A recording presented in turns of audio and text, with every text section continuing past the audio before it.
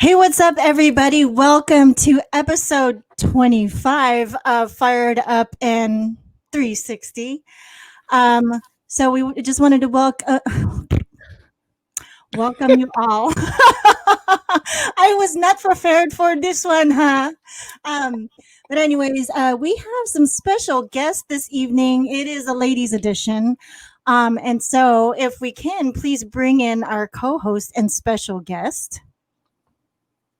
Ta-da! Hello, ladies.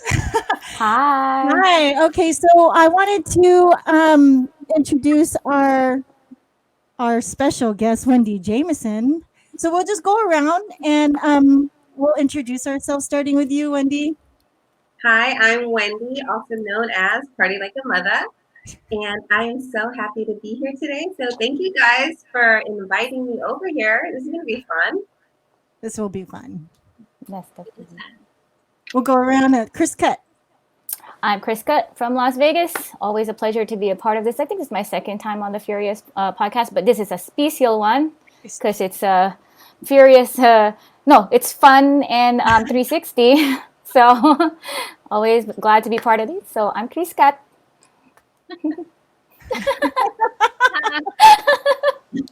We're just. Hi, I'm Von Chris. This is also my second time on Fired Up and Furious, but we're doing the female edition today, hosted by DJ 360. Special guest Wendi. Party like a mother. And I love that name. It's so cute. It's so fitting and it's just so cute. So it can go so many different ways. Like it's versatile. You know, honestly, I was thinking of a name on Instagram, right? Because I was like, you know what? I don't want to go by Wendi Cakes. Everybody that has known me for a long time knows that has been my DJ name for forever.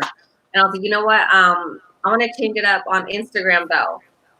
This was like years ago, and I was trying to think of a name, and I was like, what could be like DJ but mom at the same time? And I just kept like going through all these names, and then I was like, ooh, I kind of like Party Like a Mom, but Party Like a Mom was taken, and I was like, okay, well, what else can be like Party Like a Mom, but not taken, and Party Like a Mother was available, so that's why we went with Mother. I don't ever say Mother though, so that was kind of like for me. And even when I say now, like, hey, it's Party Like a Mother, I have to try to not sound dumb. I'm like, okay, I sound really like I'm trying too hard when I say it that way. So that's something that I've been trying to work on by pronouncing that name, because I honestly would have preferred Party Like a Mom instead. Party Like a Mom. So like Party Like a Mother goes because, you know, like that's actually a saying, you know what I mean? Yeah. So right. I mean, it worked out, but I the way I talk, my speech is Party Like a Mom.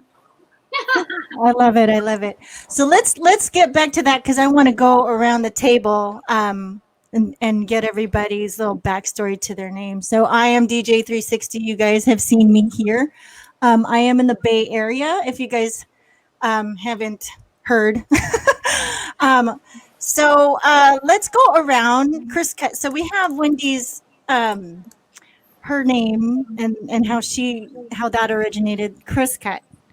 Can you tell us, like, how did you get your DJ name? Yeah, so my real name is Christine.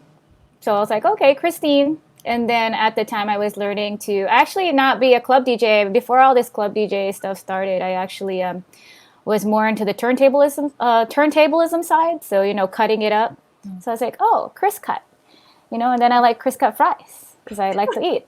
So I was like, so it was Kriscut. Like, that seems like kind of neutral. I wanted a neutral name too. Like, oh, make sure, you know, they're like, oh, Kriscut, guy or girl, because I've gotten to like, oh, is that a male or a female? There's another Kriscuts in San Diego. It wasn't meant to be like, you know, I didn't know about him when I knew about this. Of course, there's multiple names and there's a million like DJ, like John Marks or whatever, you know what I mean? But so Kriscut for me, my name is actually spelled with a CH and not a K, but I thought K looked a little hard. No, Kriscut. I was going to ask you that. Yeah. How did you come up with the K instead of using the CR? It just looked like more visual. I didn't know cut was part of like you were cutting it up. Like now I get it. I had no idea that's what it was, so I'm glad you explained that. Yeah. I totally was like cut, like chicka, chicka, chicka, cut. You know, like that was cut. Okay, so that's why my name is Kriscut. That's my. It's better than wiki wiki. You know, people always go wiki. They come up to you and they do this little action. Yeah, so that's right. They go, they like look at you funny. But yeah, so that's mine. Sign language for DJ right there. Yeah, like this. Yeah. So that's my story. Von Kiss, what about you? Your name? How'd you come up? Well, okay. So I said this on the last stream because I was the one being interviewed last time I was on. But I'll make it real quick. I'm a business major from San Diego State, and I know that marketing, like to be a DJ, I was like, I need something catchy, cute, like what did I like to be called, you know? And also I'm a lesbian. I don't know. I'm feminine. I'm a girl. I just kind of was like bouncing around those whole ideas, and I came up with DJ Kiss, and then after a while I realized that there was another DJ Kiss out of New York, and they used her picture instead of mine for an event that I was booked for. So I knew that was going to be a problem going forward. So I needed to make it more original than that. And my wife, her last name is Von Chris, and one of her coworkers used to call us the Von Kisses. So I was like, instead of completely changing my name, all I would really have to do is just swap the DJ for Von, and no one else has that name. So yeah, that's how that happened. That's cute. I like that. I like it. Thank you. And for me, 360 is a circle, which it came from a record. One of my first records that I bought, it was Grand Puba 360, What Goes Around Comes Around, or Comes Back Around Again. That's karma. And so, that's my belief, my mantra. So that's where 360 comes from. So as our special guest, Wendi, we wanted to kind of dig deeper and let our guests know more about you. Since we've kind of acquainted ourselves from previous podcasts, we want to get to know more about you. So we'd like to know, how did you become a DJ? I don't really, I get that question a lot, and it's not that I don't like explaining it, but I don't know. It just brings back to, I feel like when I do tell my story, which happens to be surprisingly kind of a common DJ story for girls, but I kind of feel like people don't take me seriously when I explain this. So I started as a go-go dancer, and that's what Wendi Cakes, everyone knew me, Wendi Cakes, as a go-go dancer, not a DJ. So I was a go-go dancer for years, downtown at all the nightclubs.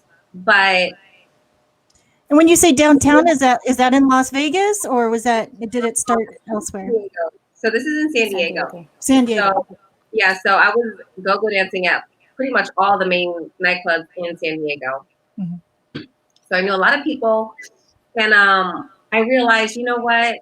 I love music, obviously because I'm a dancer, but I can't dance forever.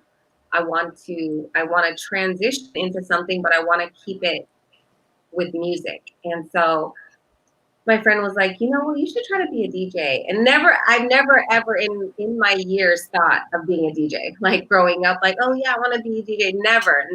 But my girlfriend, one of my good girlfriends, was like, no, you should honestly, I think you would be a good DJ. You know your music, music, you're a dancer. I think it would be actually very fluent for you. So I thought about it, and I was like, you know what? I think I might like that.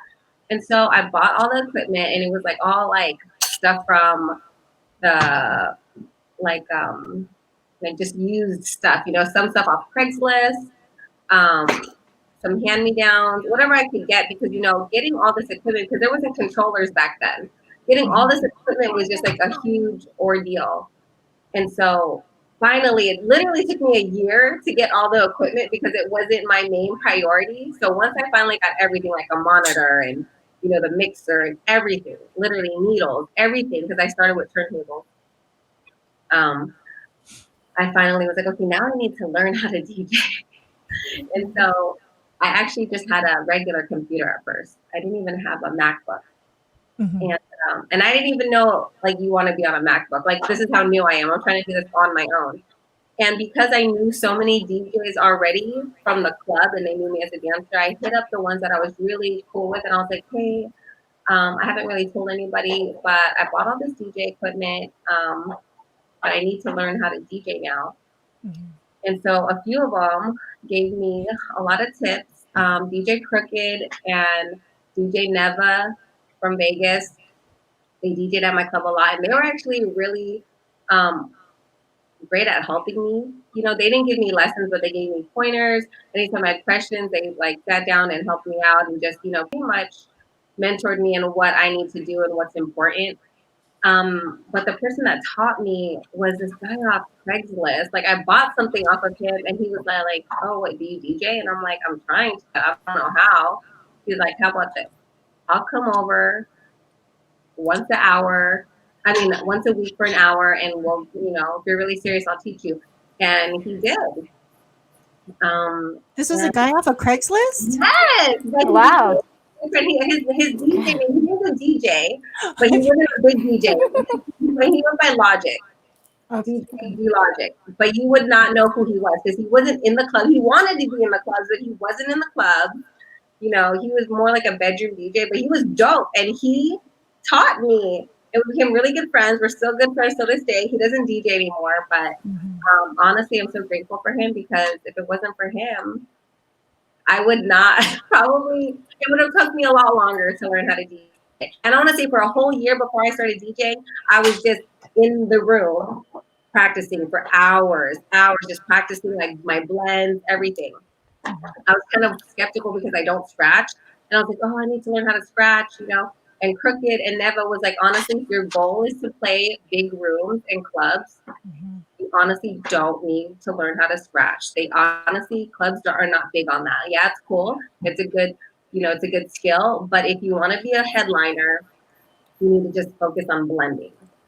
And I was like, okay, cool. So, and because of that, I never really focused so much on scratching, even though I think scratching is amazing. I wish I had that skill. I didn't focus on it because my whole thing was blending and not train wrecking, you know? Mhm. And so one of my good friends happened because I was go-go dancing still this whole time. I still had been go-go dancing. One of my good friends was the general manager at this bar club called Bar West. And I was like, I really want to open for free as it was my birthday. I was like, I want to open. Let me open. I've been practicing for like a year. I think you could let me open. I think I'd be good. You know, and he was like, okay, as your birthday gift, I'll let you be the opener. And he was just like shocked, like everybody else, that I could actually blend and I knew what I was doing. And then next thing you know, I just started opening everywhere downtown, started getting paid, and then I slowly just transitioned to full on DJing and retired the boots, the go-go boots. Retired like forever, or did you have some kind of balance and transition from DJing and doing some of the dancing? You know, I kind of like I was still doing both. I was go-go dancing mostly until a lot of gigs picked up, and then once I became um, more popular as a DJ, I noticed that no one was going to take me 100% serious if I didn't go full board DJing. Some people are hitting me up like, can you go and then DJ and then like after your DJ set go. Mhm. And I did like a few gigs like that, and then I just realized like, no, I need to be known as a DJ, not a go dancer. So I need to full on quit go dancing Mhm. and just DJ full time. And what really pushed me to do that was getting pregnant and having my firstborn. Once I got pregnant, that was it. I was like, I'm not going to be dancing no more. This is it. And yeah, and that made my full transition. So after I had my firstborn, it was just full DJ mode after that. But yeah. Von Kiss, am I right? Didn't you go too? Didn't you start that too? That was your origin story, right? Yes, ma'am. Same in San Diego too, because but it was like a couple years before Wendi, I think, was started in the go-go scene. I started DJing in clubs in 2005. That's when I started. What year did you start? When? Like, I started in when my daughter was born. Oh no, I started way like after that because my daughter was born in 2013, so I started in like 2012. Yeah, 2012. Mm-hmm. So way after that. So yeah, you were even go dancing like way before me. yeah, I'm old. I'm old. And then you guys don't even. Chinky, when did we start DJing? Chinky, when did we start DJing? Oh my god! Well, I could be your guys' mom. Like, for seriously, I could be your mom. Oh my god! Oh my god! We look good. We look good. I'd My say so. I lady. think y'all ladies are fine. Wow. Look at this group here. Oh, I see boobies. Whoa. Ooh. Chinky says you ladies are fine, and Wendy reaches up, and I see boobies on the screen. I was like, whoa, whoa, whoa. Yeah. Chinky, I saw that hand action. Oh my god, I'm sorry. I promise I'm sorry, that's natural reaction. I love it. I love the We could say that. We could say that. I know we could say that. Yeah, shout out to everyone just tuning in. It is obviously ladies' night. It is, right? Hello, everybody. We had Alyssa Devine in the room for a second. Yes, another sister in here. Yes, I think What's she's up, in here. Alyssa? Oh, she's crazy. No, she's Madam Divine. Madam Divine. So Wendy, you're a mom. Okay, well, let's start here. So you got pregnant, and you're DJing already. So did you feel like, okay, can I do both, or did you question whether or not you should stop, or if it was something that you could do together? You know what? My DJ story, when it comes to trying to do both with motherhood, I had a really bad experience, and it made me. I'm going to share this experience since we're on this interview, and not too many people know because I don't vocalize it as much. But when I first started DJing, hold on, sorry, hold on, I have my kid here. Oh, I already knew that look. I was like, she's looking at a child right now. There is a child in the from one mother to another. I know. Yeah, I was like,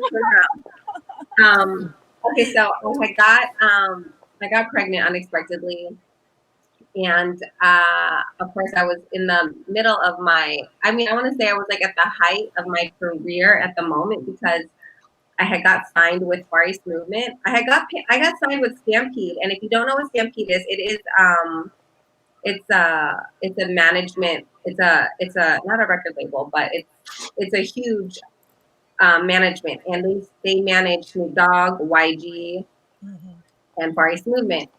And I had done a lot of music videos, and so when I had did a music video for Far East Movement, they really liked me, and they said, "Can you rap? Can you sing?" And I was like, "No, but I can DJ." And they were like, "Oh, okay." And so we started talking business. I ended up getting signed with them to Stampede label, and that was like probably, and this is moving so fast because I had only been DJing literally a year. It was moving really fast. I got signed, like all this paperwork. Lawyers had to look at it. It was like a 5-year contract, but there was a 1 year. The first year was a grace period that within anything within that year they could let me go, or I could walk away with no ties. And I went on tour to Asia. They put me on tour to Asia. I hit all these clubs in Asia twice, and I was making good money, doing what I love. The last tour that I went on, I was pregnant, and they didn't know. I didn't want to tell them because I was like, shit, how do I tell them that I'm pregnant? Like, I just got signed. I don't want to tell them I'm pregnant. And back then, like, even now, it's kind of like, oh my gosh, this could really ruin me. And I didn't tell them that I was pregnant, and I went on tour. And if you've ever been to Asia, it's very, very uh, polluted. There's smoke everywhere. Smoke everywhere. And it's not safe. I mean, if you're pregnant, it's definitely not safe, you know. And I'm in the clubs and there's just smoke everywhere. Everywhere, everywhere. And at this point I'm kind of like, I'm getting worried. And I'm in Asia for 7 days going club to club to club. And I'm trying to hide, I'm showing. And I'm trying to hide. I'm wearing like fluffy things, but I'm trying to look sexy at the same time. But I'm trying to cover my belly. So I'm wearing these fluffy skirts.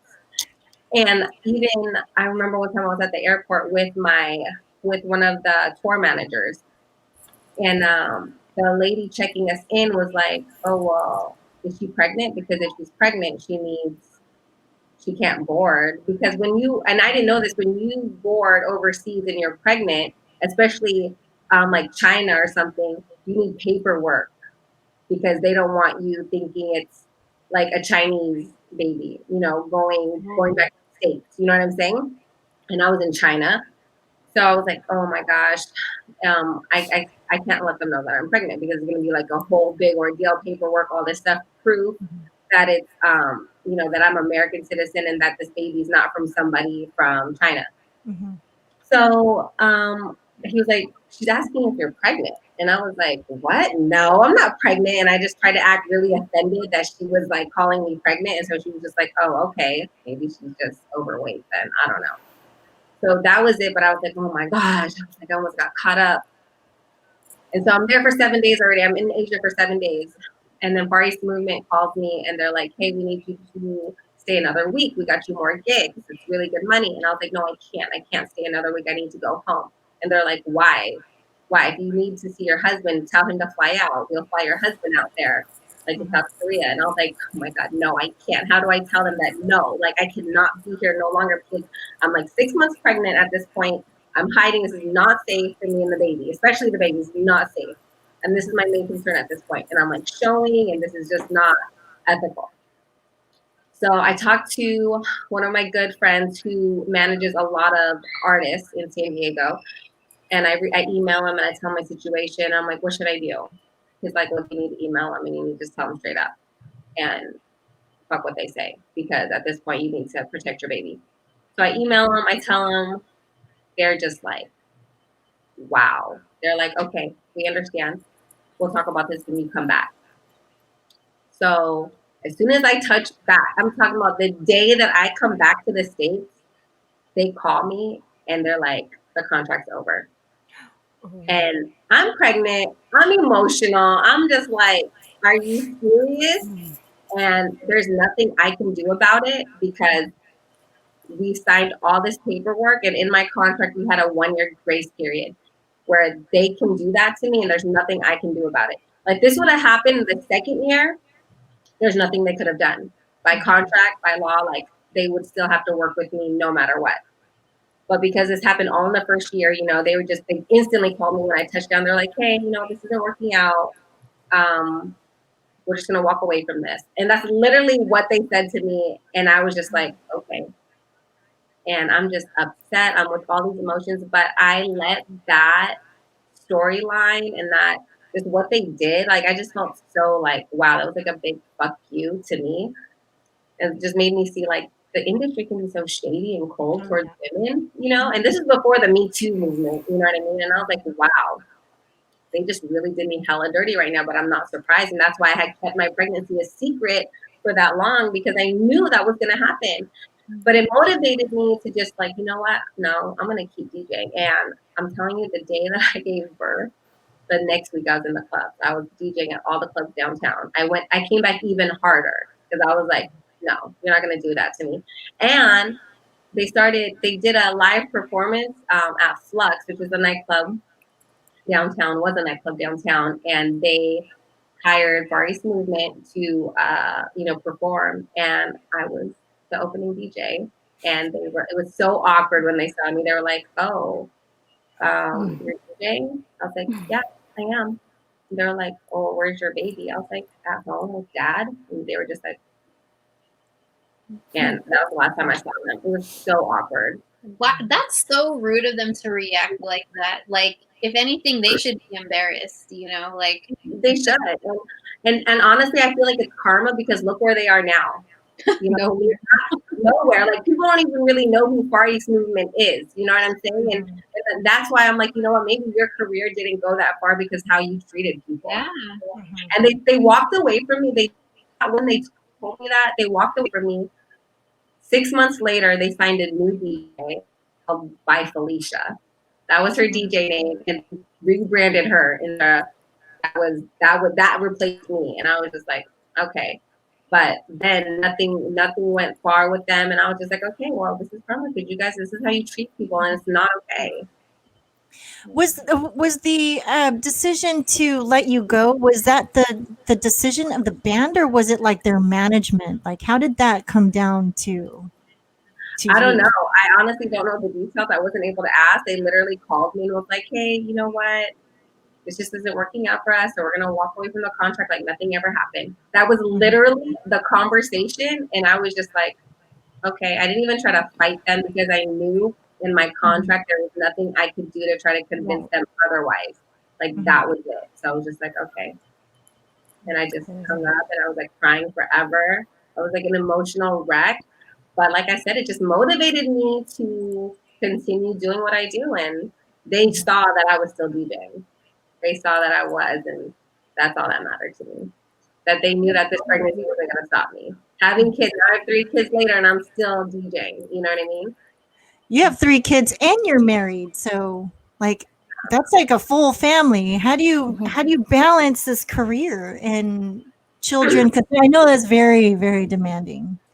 It's so demanding, honestly, and that's why I haven't DJed live really until now. Like this, that's what my excuse was for the longest time from going on Twitch. Because Furious and Rage have been for 7 months, right when COVID hit, before everybody was on Twitch, all the DJs. They were like, Wendy, you need to get on Twitch. And I was just like, I can't. I have kids. They're going to be in the background screaming. You know, I can't do it.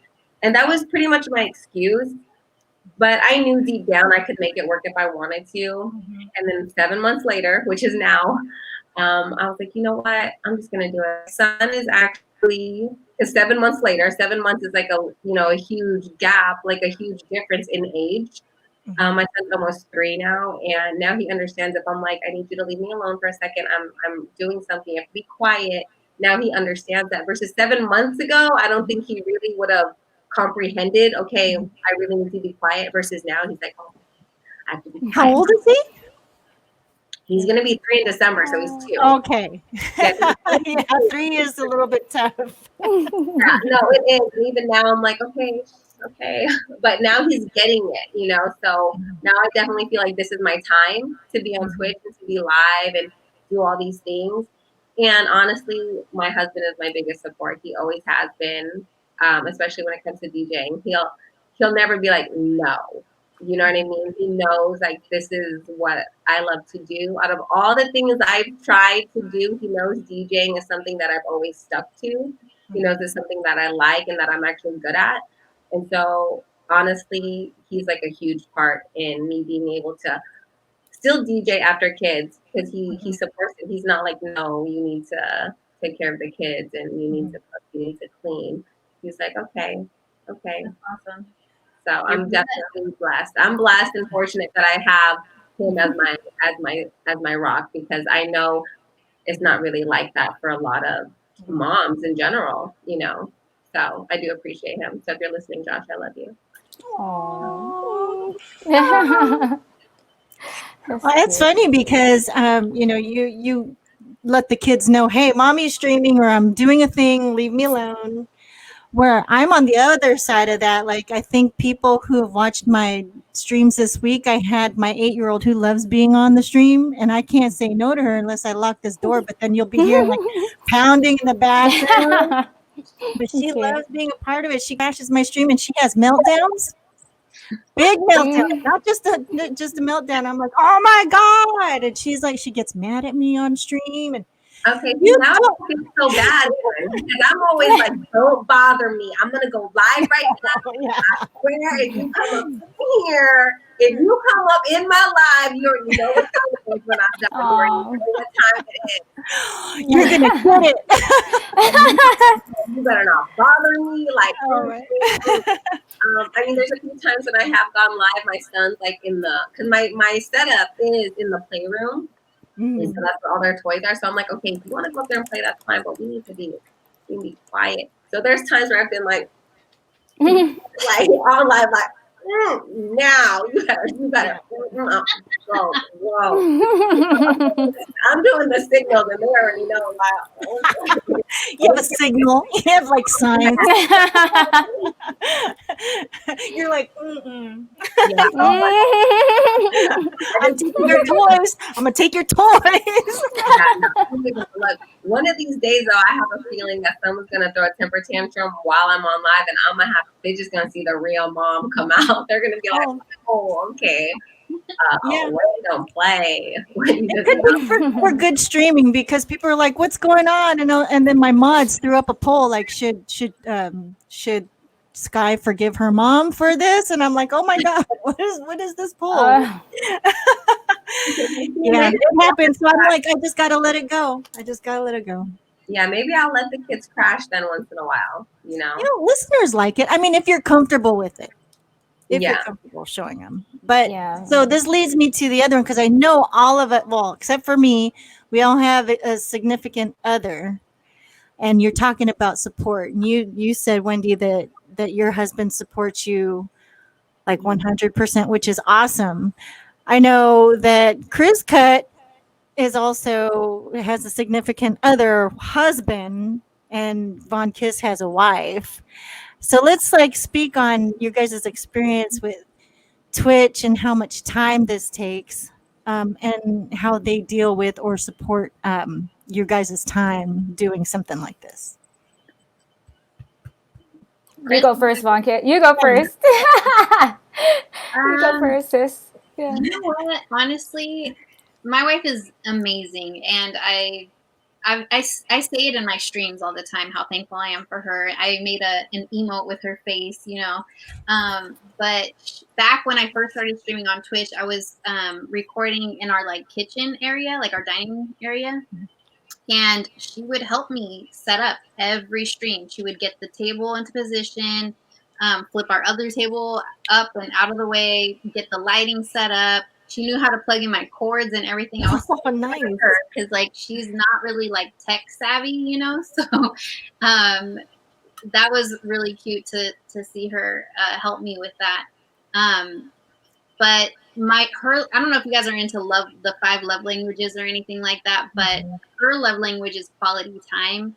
And so when I'm DJing, all my attention is going into the stream, into the chat, into being in that moment of DJing, and it's not going to her. So I need to find balance in sharing my time with people on Twitch, and then also making sure I dedicate time for my wife, because that's the least I can do for her, helping me and being patient with me. And also she's always like, well, what do you need to be better? What we need to fix your backdrop. You need to get this, you need a new laptop.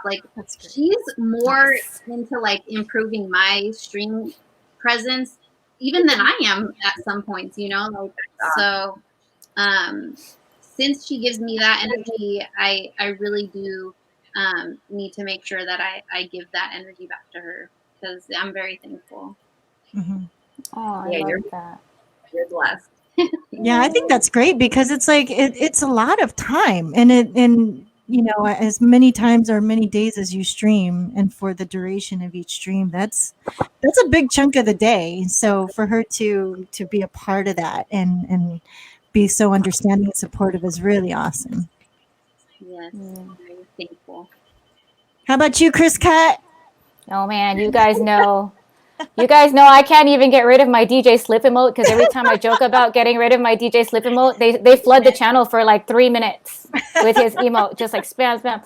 But no, seriously, without DJ Slip there. He's obviously my mentor, my teacher. I mean, I'm already musically inclined. Here we go. Here they start. See, I'm already musically inclined as it was, but I mean, he was really like such a driving force. Sometimes I'll wake up and he's already like working on stuff for my stream, and he's working with, we have an event company called Mode Events. I'm sure you guys see that on our streams. They like, he's busy with that, but he takes so much time, like little like pieces of time here and there to like improve my stream. Like we're getting a streaming computer on Wednesday.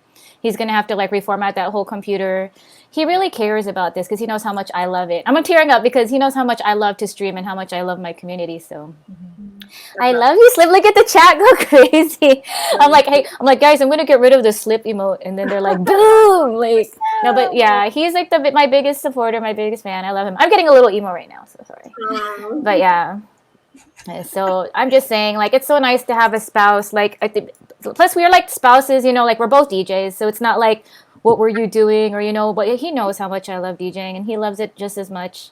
But he fits in time here and there because he does still have the full-time job with the events company. So I love him so much for even picking out minutes of the day. Sometimes we get frustrated. He gets frustrated with me, of course, because he'll be like, "You need to learn how to do this," and like I pick up little things here and there. But he's mainly like the tech behind all this. So whenever something goes wrong on my stream, you see everybody go caps Slip, fix it. Like text DJ Slip or something. But yeah, very supportive, and I love you, DJ Slip. Aw, is he in the room right now? I think he's taking a nap because he wakes up so early. So, and like kind of like how he does opposite schedule. We are, yeah. I sleep while he's working on his stuff during the day, so I don't really bother him, which is nice because I like quality time too, like love language wise. But him, I think his love language is more like the service and like helping me kind of thing. So yeah, Acts of service. Yeah, so that's mine. Yeah. I can't speak on significant other, maybe my kids. They allow for me to. They are a part of the stream. Like Sky likes to be a part of trivia night, which is a new thing. So she's helping me with the stream. Oh, that's nice. Cute. Yeah. Okay, so let's talk really quick about our very first gig. So as well, I think Wendi, you already touched on that when you were talking about your origin story.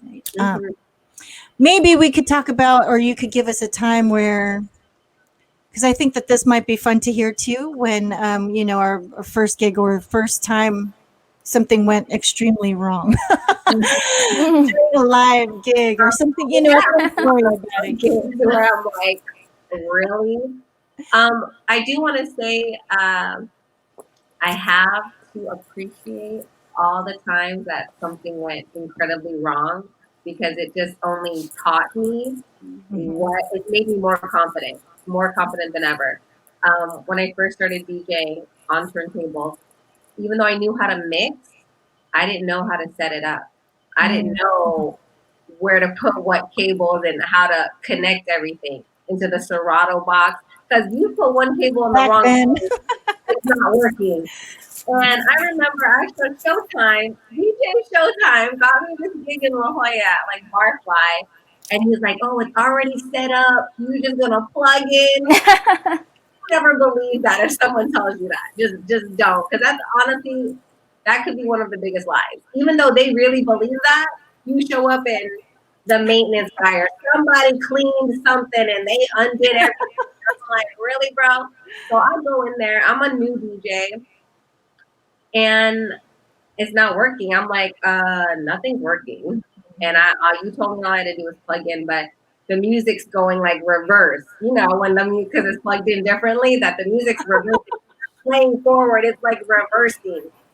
And it's about to be start time, and I'm like, I don't know what to do. And I'm calling Showtime, and he's not answering. Like, no one wants to answer their phone at this point. And I'm like, great. I was like, this is great. And I put everything, honestly, how it was supposed to be. I put everything how it was supposed to be. I happened to know at that time how to put everything. And it still wasn't working.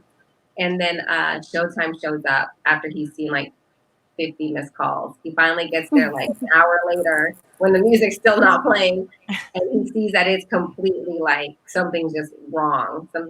It's all messed up back there. and he talked to the manager, and the manager was like, "Oh yeah, we had like the maintenance guy. He was moving stuff around, and he had completely moved that somewhere else and put it back, and he didn't put it back correctly." But of course, I'm over here looking like I don't know what I'm doing. Like I'm looking like a DJ that doesn't know what's going on. And so ever since that experience, I was like, I need to know my equipment. I need to know what to do so that, that doesn't happen again. So I just don't look, so I don't look inexperienced. But I've realized there's so many DJs that really don't know how to set it up. They know how to play, but they don't know how to set it up. And so I made it a huge thing where I would practice setting it up all the time. I would undo my stuff. Like when we had turntables, I would undo everything, the throttle box, and I would put everything from scratch. And I made it a habit to do it so that that would never happen again. And so now I'm so confident that if that were to happen, I would know how to fix it. And I think all these bad gigs all these bad things that happen at gigs just got me to have that confident level. Because before I would be nervous, like, oh, I'm scared. What if something doesn't work? What if something goes wrong and it's not playing? Like, oh my God. Like, people don't realize that DJs get really nervous. They get really nervous. Or like if the music just stops in the middle of nowhere, like your heart just drops. You're like, oh my God, I swear it wasn't me. I swear it wasn't me. Like, what the fuck? Like, it wasn't serious. It wasn't me. I swear. The crowd, like, I swear I didn't do nothing. And then you're looking at the manager, and then they're calling. They're like, oh yeah, there was like a shortage or something. And you're like, yeah, but I look bad. Everyone's looking at me like I don't know what I'm doing. Absolutely. So, me just having all those bad moments just made me more confident. I'm like, okay, I got this. And what could happen? I've already been through it all. Yeah. Can I just say that, like, yes to all that, and I appreciate all the trials and errors that have happened to, educate us. But even though I've been DJing for 15 years, last year, like right before COVID, I have a residency in Houston, and I was DJing, and I accidentally, I know I'm not the only one, but I accidentally hit the hotkey on the keyboard, which makes the song go in reverse.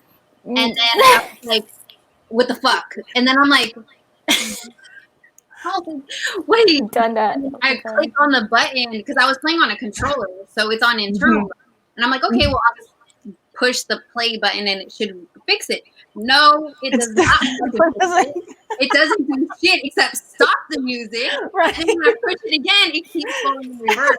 And I was like, oh my God, what's the key? What's the key? What did I fucking push? And so like, I was like, when you hit that panic moment and like, you're like, fuck. And so your brain just shuts down. Exactly. So your brain is going a million miles per hour. Like, what is it? What is it? What is it? What is it? That has happened to me, but not on the controller. I remember I was DJing live, like at Maria Beach, and I had hit my laptop. But you know how you can hit like the keys, like special certain keys on the laptop, and it'll go in reverse, or it'll like keep repeating, like cueing it, like over and over and over. And I had that, and I don't really mesh. I keep my stuff really simple. I blend. That's it. I don't like messing around doing tricks. Like, I'm not that DJ. So, and I had no, it was so weird because like a month ago or a month prior to that, this DJ that does all these tricks was trying to school me like, oh yeah, but you hit the J twice, like really fast, or shift or something. It's gonna like cue it and like whatever, loop it, or he was gonna loop it. And I was like, okay, well, I'm not messing with that. Fast forward a month later, I accidentally hit something on the keyboard and it starts looping it. And I'm like in mid, not even a cool loop, like mid, like da da da da. I'm pushing all kinds of stuff on my keyboard. Like, I think I pushed the J, but I'm not sure. Because, you're doing it so fast that you're not really looking at what you pushed. And I was like, oh my God. And my heart just dropped. And once I figured it out and it was playing normally, I didn't even look at the crowd. I was just like I'm just gonna keep DJing. You're embarrassed. I'm not even gonna acknowledge what just happened. I'm just gonna be like, okay, keep going.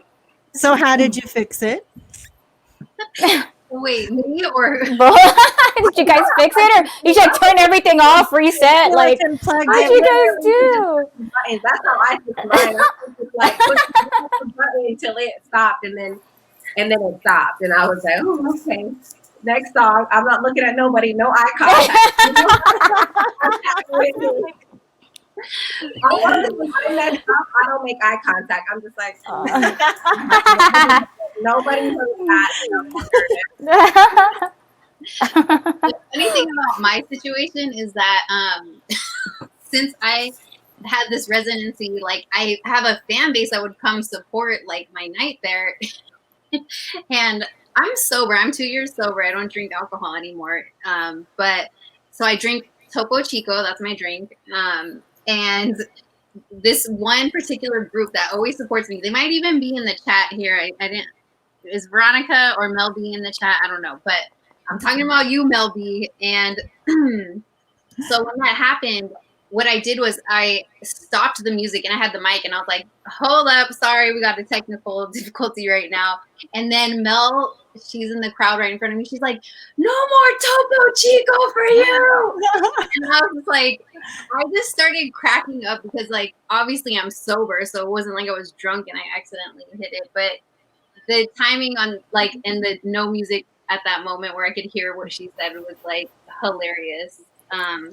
But I played a song on the other track, so I just cut to another song and then had time to Google real quick. Either I Googled it or I looked on the tooltips on the Serato, like on the top of the Serato page, and that's how I fixed it. You know, like all these bad experiences. I'm gonna share one more bad experience. It wasn't that bad, and then I'm gonna share something else. So I'm DJing at Sidebar. I'm headlining at Sidebar. It's like a pretty cool bar downtown, like club/bar. And I'm not paying attention to all the, there's so many edits, and that's one thing as a DJ, you need to pay attention to what edit you drop, especially when they're saying cities like San Diego, Vegas, and whatever. I'm in San Diego and I dropped Turn Down for What, but I didn't realize it was a Vegas edit. So I play the song and it's like, put your fucking hands up. And it keeps saying Vegas. And I'm like, they're like, excuse me? Right there. It's like, and I get on the mic real quick and I'm like, my bad, San Diego, what's up?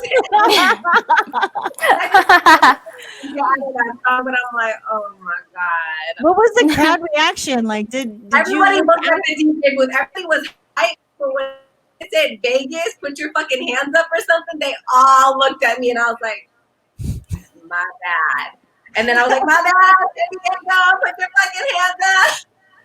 It was the most awkward thing, and I was like, "Oh shit!" And to be honest with you, I think that was the last time I worked at Sidebar. I was like, "Did he stop hiring me because of that song, or is that just like a coincidence?" I don't know, but honestly, I think that was the last time I got booked at Sidebar. I mean, it's pretty funny to me now, but at the moment, I was like, "Holy shit, that was a big fuck up." You hopped on the mic. You're like, sorry. Well, I just said, yeah. San Diego, what's up? And I said San Diego, so it was kind of like I owned up to it and I tried to fix it, but the damage was done. You know what I mean? And the GM was right there, so that really didn't help me out. But speaking of like mess ups and just like things that went wrong, like I said, I used to be in a lot of music videos. So I was in LA a lot. I was working with a lot of celebrities, and I was working with Nick Cannon a lot at one point. I was really close with him at one point before, I got married and had kids. I mean, close as in like business close. We did a lot of work stuff together. And I told him I was learning how to DJ. I was like, oh yeah, I'm learning how to DJ, blah, blah, blah. And, he DJs, Nick Cannon DJs. And I was like, my biggest thing is though, I'm so scared to like mess up or whatever. Because I started DJing a little bit, opening a little bit here and there at like little bars and stuff. I was like, my biggest thing is I'm just worried to like mess up. And I'll never forget this. He was like, people mess up all the time. Big DJs mess up all the time. I mess up when I'm headlining Vegas clubs. Like he's like, Wendi, headliners, huge people mess up all the time. When it does, you just keep going. It's okay. And that just always registers. Every time I beat myself up about like fucking up, like dropping that song, or like something just going wrong, and I knew it was my bad. I'm like, damn it, and I just like am taking it out on myself, like, why'd you do that, Wendy? Why did you do that? I just remember like everybody fucks up, all the big DJs, and I just have to put that in my head to like move past like when I'm having a bad night. Do you guys feel that it's like a female thing? Like, do you think that we as females, because we may be a little bit more emotional, do beat up ourselves like inside our, in our No, I head? know people do it too. I know guy DJs do it too. I've had a lot of guy friends that DJ tell me, like, oh, no, we all think that. We all think that.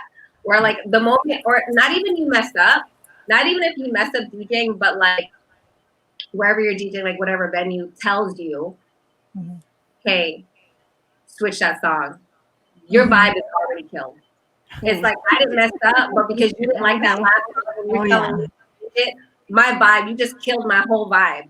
Now, how I feel insecure DJing right now, because now I'm thinking, oh shit, they don't like what I'm playing. You know what I mean? Right. It just ruined my whole vibe. Like, yeah, I might be playing what you want, but now I'm thinking like, do they like it? Do they not like it? Like, oh my gosh, like they're not gonna have me back here. And a lot of big guy DJs like have told me like, no, that's something that they all experience. So I try not to beat myself up about it, because I'm like, okay, no, DJ so and so told me they do it too, or they feel that way too. So I try to just make that like, okay, no, just get over it, Wendy. Get over it. Yeah, that's so funny. On that point too, as a female, I feel like that whole thing you said about not knowing how to connect anything or whatever, that sticks with you. If people like think you don't know how to connect your stuff. Yeah. I've honestly heard people say, well, this DJ and that DJ, they don't even know how to connect shit. So you know what I mean? It really, like, not knowing how to connect your equipment, even for me, like, I was okay with it, but of course we're not perfect either. Like, as much as you may mess up, some other thing may mess up that has never happened to you before, and they're just going to look at you, like, as a female, it's harder on us, right? They're like, oh, because she's a girl, she doesn't know what she's doing. And I've gotten that a couple times. So, I mean. I know a girl, Yeah. I'm not going to mention her name, because honestly, I'm not even like hating on her. Like, good for her. She has, I don't know if it's her husband, her boyfriend, who it is. She has a technician or sound guy go with her to every gig, and he does it all. Just to Now, do it, I don't know if she pays him or what, or they're together and he just does it. But I'm like, I'm not even mad at that. I am not even mad at that, because you know what? Like, it takes a lot. That stress is off of you. I definitely agree. How to DJ, you should know, but I'm not hating on anybody who doesn't know how to set it up. It's like, okay, you know what? That's all that matters to me. I just made it a point for me to learn all that stuff when there was turntables, just because I had so many issues and I just didn't want to be in that situation again. It just messes up your whole night. It really does. The whole night is just like, you're stressed already after. Yeah, you're like, oh, this is crap. Yeah. I had a technician throw me under the bus because he made it seem like it was my laptop when he had all the wires reversed. Like on the Serato box. He was blaming me, and he threw me under the bus, and I didn't get booked. How did I handle that? I was pissed, because then they're like, oh, he made it seem like it was my laptop. And then he had to call another tech to come over. And I'm like, well, I'm not touching that shit because you're in charge of it. Like, I mean, I was getting the signal, and it was for an event at like a golf course or something. Of course, they didn't hire me back for it, because of course they're going to blame me that it was me because it was my laptop. But they called another tech, and the tech came, and he just went bloop, bloop, because I didn't want it to look like it was me. And it came back to me anyway. Like it was my fault, so it kind of sucked. But I mean, in the end, like I said, I want to show up and just DJ. Sometimes I don't want that stress. If I'm DJing in 100-degree heat in a golf course, do I want to be like connecting a system? I'm like, you take care of that. Let me relax and get focused, because I got to DJ here for 4 hours. Like you have a sound tech for that. That's, but then after he's like, oh, her shit wasn't working because her computer wasn't updated. How about you called somebody, and then when they came, he just switched the wires, and it was your fault, and we started an hour late because of you. But instead, it was blamed on me. So that was a bad experience I had. Did you get hired back there again? Oh, no, of course not, because they blamed it on me, of course. No. Oh, no, not Furious, not Eye Candy. like it's one thing where, you know what, you know how to do your stuff, and then something goes wrong. But I've noticed that I personally, and at this point, sometimes for me, I look at, is it worth me DJing? Is it worth the stress? Is it worth it? I love venues where they have a sound guy. If I go somewhere like a club and they tell me they don't have a sound guy, I'm like, what the fuck you mean you don't have a sound guy? Like, That's right. Yeah. something goes wrong, don't be looking at me. I That's what I love about like DJing in Vegas because they all like, have sound. That's They're why tech people. I did this one gig. Where was it? It was somewhere like not North Carolina. It was Kansas City. I did a gig in Kansas City, and it was a nightclub, and it was supposed to be the best nightclub in Kansas City. Let me tell you. So I'm thinking like, okay, if it's like the Vegas nightclub for Kansas City, then I'm not even thinking, do they have a sound guy? I'm thinking, oh, I know they have a sound guy because it's the number one club in Kansas City. I show up there. There's no sound guy. The opening DJ is on his little controller, and they just have the turntables all like in the dark, like somewhere unhooked up. And I'm like, okay. I was like, I know how to set this up, but where's your sound guy? And he was like, you don't have a sound guy. You just have to do it yourself. And I'm like, hold up. You want me to headline while this guy's already opening? He's already DJing. There was an opener already DJing on his controller. But you want me to plug all this in the dark. There's no light. I was like, it was the most stressful thing because there was no light. I had to hook all this stuff up. And I was like, I'm never going to do this again. Even if like they want me to come back, I'm like, I'm not doing this again because if you're supposed to be the number one nightclub in Kansas City, you should have a sound guy. I'm sorry. Like as a headliner, I shouldn't have to be stressing about this, and I tend to realize like I don't want to do gigs that don't have like if it's one thing if I'm doing like I just hook up my controller, it's so easy. I get that, but if you're paying me to fly out here and you already have everything, I'm assuming you have a sound guy. I don't want to mess with equipment that isn't mine.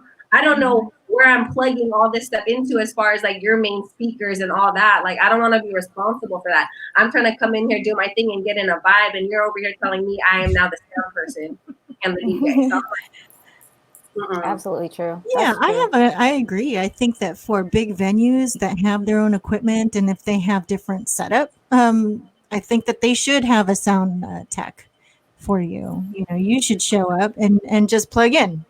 Or they should be like, okay, when they're switching DJs, if it's controller or CDJs, going to turntable, they should be there on standby. You're not responsible for that equipment, right? Yeah, exactly. And then I just realized I was responsible that whole night. If anything were to cut out, I realized that it put more stress on me because I'm like, shit, if something F's up, it's on me. There's nobody here to rescue me. There's nobody here to help me out. And that's why I love staying at Vegas at big venues because there's always a sound tech. Always. They even have a light guy next to you for light. So like he knows a lot of the light guys. I love the light technicians because a lot of them know the sound stuff. So I'm like, okay, cool. Like I feel more comfortable. I'm in a better mood. It's less stress if I know there is someone nearby just in case something goes wrong, Absolutely.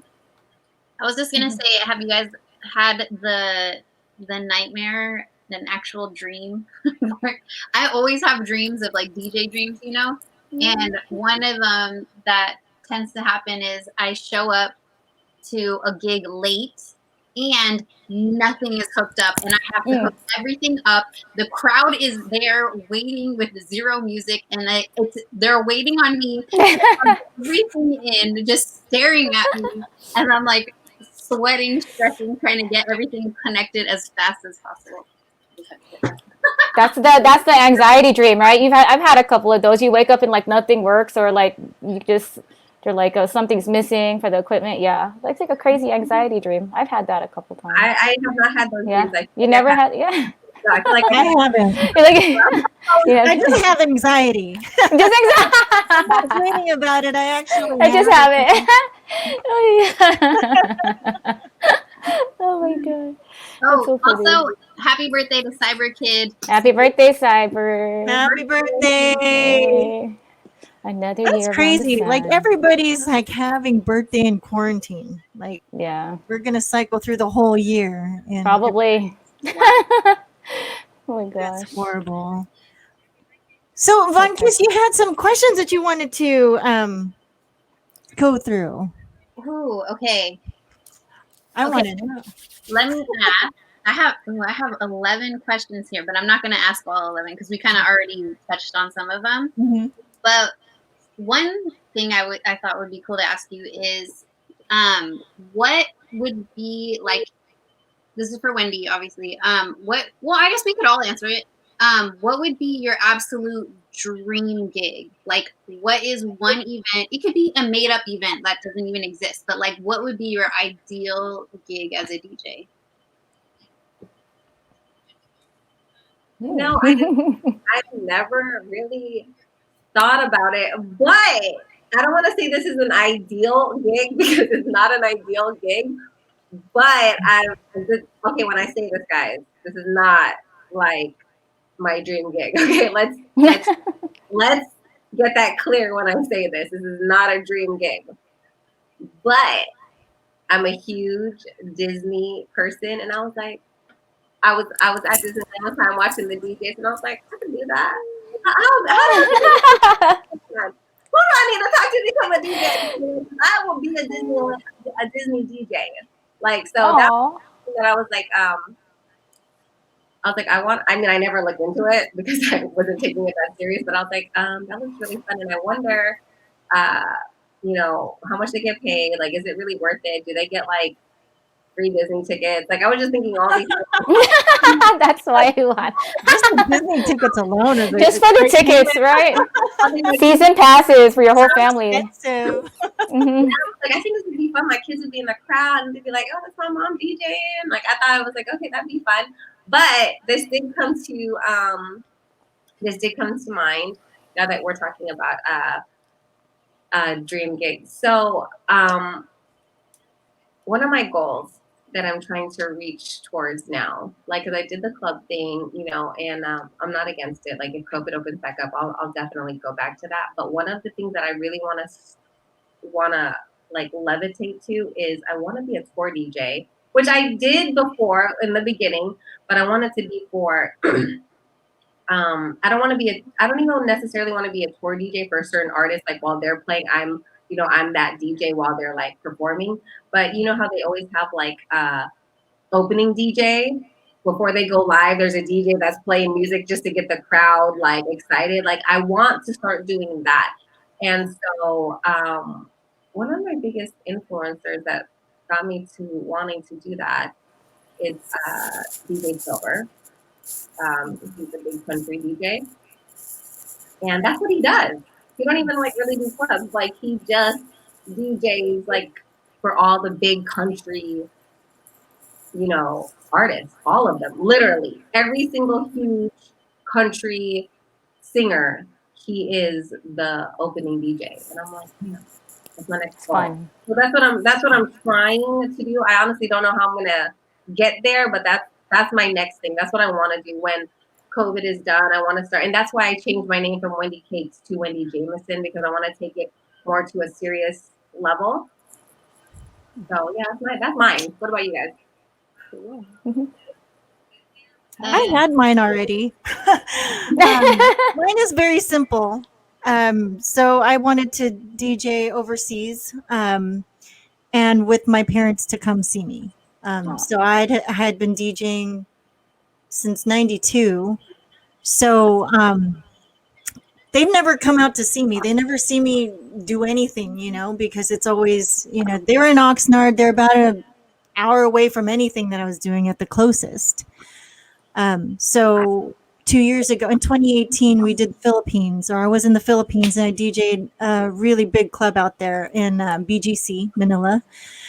And my parents were there, and that was all I needed. I wanted for them to see what I did on the side, and what that was like, what that big club, mega club feel was. And so that was mine.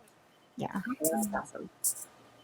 Grace, you want to go? You want me to answer? God, do I want to sound corny and say that I love DJing on Twitch because I can get drunk and I don't got to drive anywhere?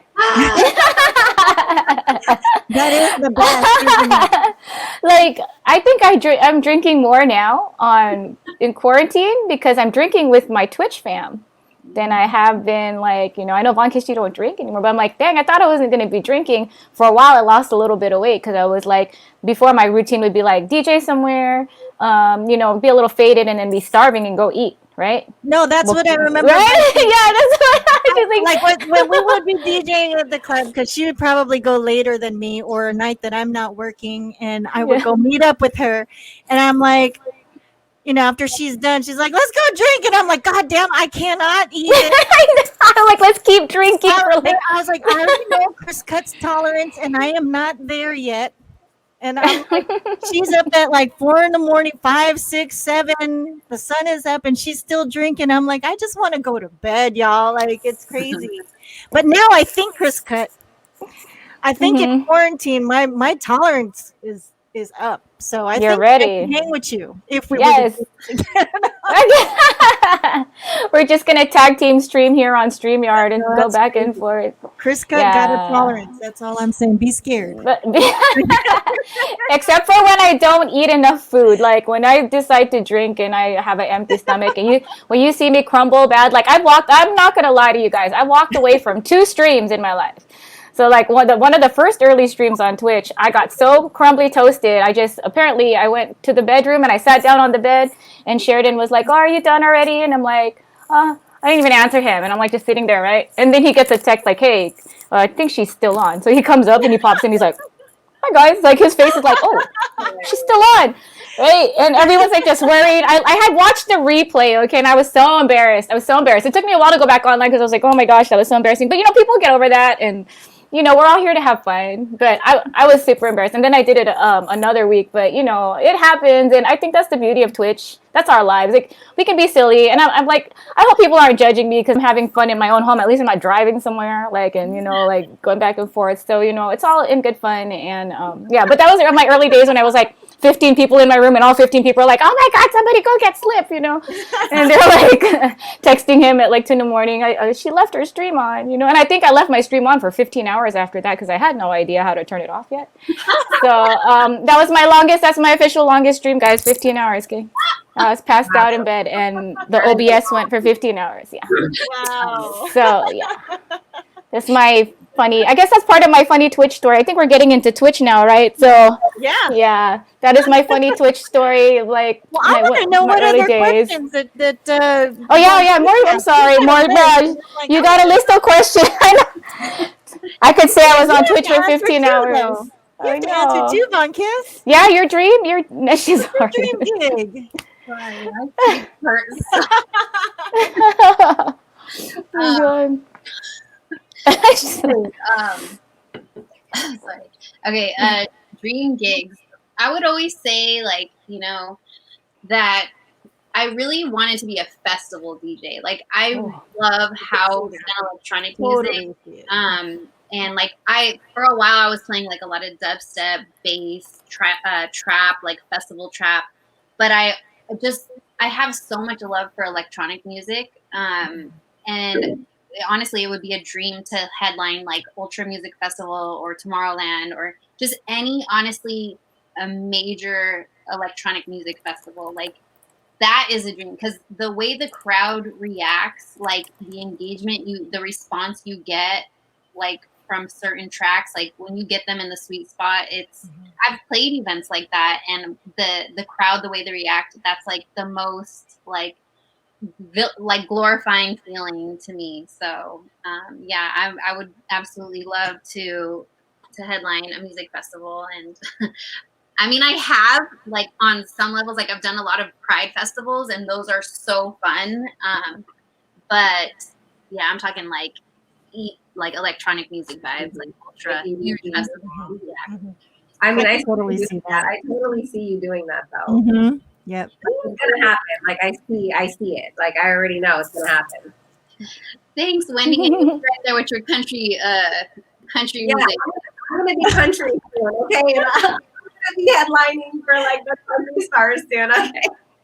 Yeah, but honestly, the first step is really like I'm a big believer in, like, the law of attraction and like words and affirmations and speaking things into existence. So first just saying it and putting it out into the universe, for you don't know who's in this stream, you don't know who's listening, you don't know where, like, who's going to share this or whatever. Like, there's people watching and listening that you have no idea that could just so happen to be like best friends with a country music artist that's about to pop off, or whoever, you know what I mean? Like, so speaking like your about like what you want to achieve and accomplish, it's very important. So No, I agree. I say everything, and I feel like the reason why I have been as successful as I have been is because I put it out there, and I'm like, no, it's going to happen. It's not like, oh, I want this to happen. I'm like, oh no, it's gonna happen. I already know. Like I just think it, and I'm like, I know it's gonna happen. Then I look back at what I've done and what I haven't done, and it's like, okay, I did everything I said I was gonna do. yeah. And a big part of that is really believing what you say. What you're speaking into existence, you have to also believe. So I'm totally into that too. Like you have to believe that it's already happened. Yeah. And I then mean, it will manifest. I get insecure, and I'm like, yeah, maybe and I start thinking maybe it's not gonna happen. I start doubting myself, but then I instantly have to be like, stop thinking like that. Stop. That's not it. That it's gonna happen. It's gonna happen. But once I do start getting in my doubts, I have to remind myself, switch it up, because if you keep thinking it's not gonna happen, then it's not gonna happen. Yeah. Yeah, I kind of want to steal your dream gig too. The Disney. I know. sounds really No, cool. I know. Actually, that's really cool. I didn't think about that either. I'm big in love with you. So I'm like, oh, I want that. Not a dream gig. I said it was something that I'm like, okay, that's cool. That's cool. I could do this. Not a dream gig. I said, okay. I already told you what the dream gig is. All right, opening for the big country stars. Okay. And it doesn't have to be country. I mean, it could be anything. It's like I want to be like an opening DJ for, artists. Okay, I have one more gig that I want to say that I'm trying to manifest here. I would love to DJ for Missy Elliott, like for her birthday party. Why Missy? That's so random. I love her. Like I people ask me like, who's Don't you have an emote, a Missy emote? Yes, girl. Yes. Everybody, let's go. Girl, I love her, and I think it would. I just her musical mind. I feel like if I were to DJ for her birthday party, she would appreciate me, like, because I feel like I would bring her like her vibe, and like I would just love that opportunity. And that's a dope emote. I love it. And if you guys have long kisses, Missy Elliott, so cool. throw it up in chat. That's dope. Let's see it. Let's help her manifest. Yeah. Let's see. Who knows? Get on the phone. Let's go. It's gonna happen. I already know. It's gonna happen. So cool. Oh my gosh. Okay, what else? I'm helping you. Okay, what's next? What you got on your list?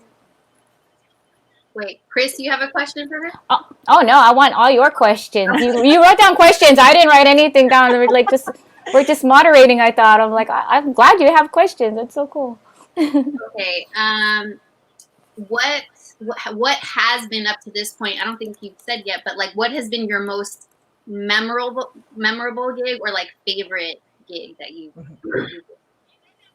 I haven't really thought about it, but I do want to say when I was going on tour in Asia in the beginning of my DJ career, that was a lot of fun. I mean, you're going into these popular venues already, and you're American, so they're looking at you like you're a superstar already, okay? Because you're not one of them. They're going in there to see, and the clubs are packed. It's packed, and honestly, when a club or a venue is packed, it's really hard to fuck that up because they're already in the mood. You can play anything, and it's so easy to get them hyped. It's harder to get a crowd hyped when it's not packed. That's when you really know how good you are. You know what I mean? If you can read the crowd. But when a club is super packed like that, you don't need to really read a crowd. It's just high energy music, and they're gonna love it. And I want to say that definitely was one of my favorite moments as a DJ, was going on tour to Asia, because I was traveling. I was doing what I love, and I was seeing the world, doing something I love. So honestly, I don't think anything can really top that. You know what I mean? For what I've done, for the things that I've done. I think about all my other gigs. Like, yeah, I did a bunch of clubs. I did a lot of private corporate gigs that, you know, paid really good money and they were really huge accounts, but was it fun though? You know what I mean? Mm-hmm. Corporate stuff, it's like it can only be as fun as really it can be, you know. But like high energy stuff and just traveling the world, that was probably my best. It's bittersweet because I have like a salty ending towards it though. You know what I mean? Yeah. That's something I definitely would love to do again. And I would love to be able to bring my family. If I were to ever be able to tour again overseas, I would hope to bring my family with me so they could share that experience with me. Quick question for you, Wendy, on top of that. Like, do your kids know, like mommy's a big name DJ, I don't mommy's say like, I'm big name because I'm not a big name, but wow. my kids know that I'm a DJ. I don't think they've gone to in Vegas. You know, there's a lot of pool parties that are there's no age. You know what I mean? No age limit. And so anytime I do a gig in Vegas that isn't 21 and up, I always bring the kids. I'll have like my mom or my husband come and I'm like, oh, the kids can go to the pool because they just don't really bother me. You know what I mean? Mm-hmm. So they know what I do. I don't think they think it's that cool though. So I mean, right now it doesn't like it's not like, oh yeah, my mom's a DJ. Like no, not yet. But their friends will be like, wait, your mom's a DJ? She's a DJ? Like their friends are like that, but my kids are like, yeah, so. Same. Like their friends think it's a bigger deal because they're like, yeah, she's into like, oh my God, that's so cool. My kids are like, okay, so like to them it's just like, okay, and like it's normal. You know what I mean? Their friends are like, and you know, they're the ones that are like, God, I want to be like your mom.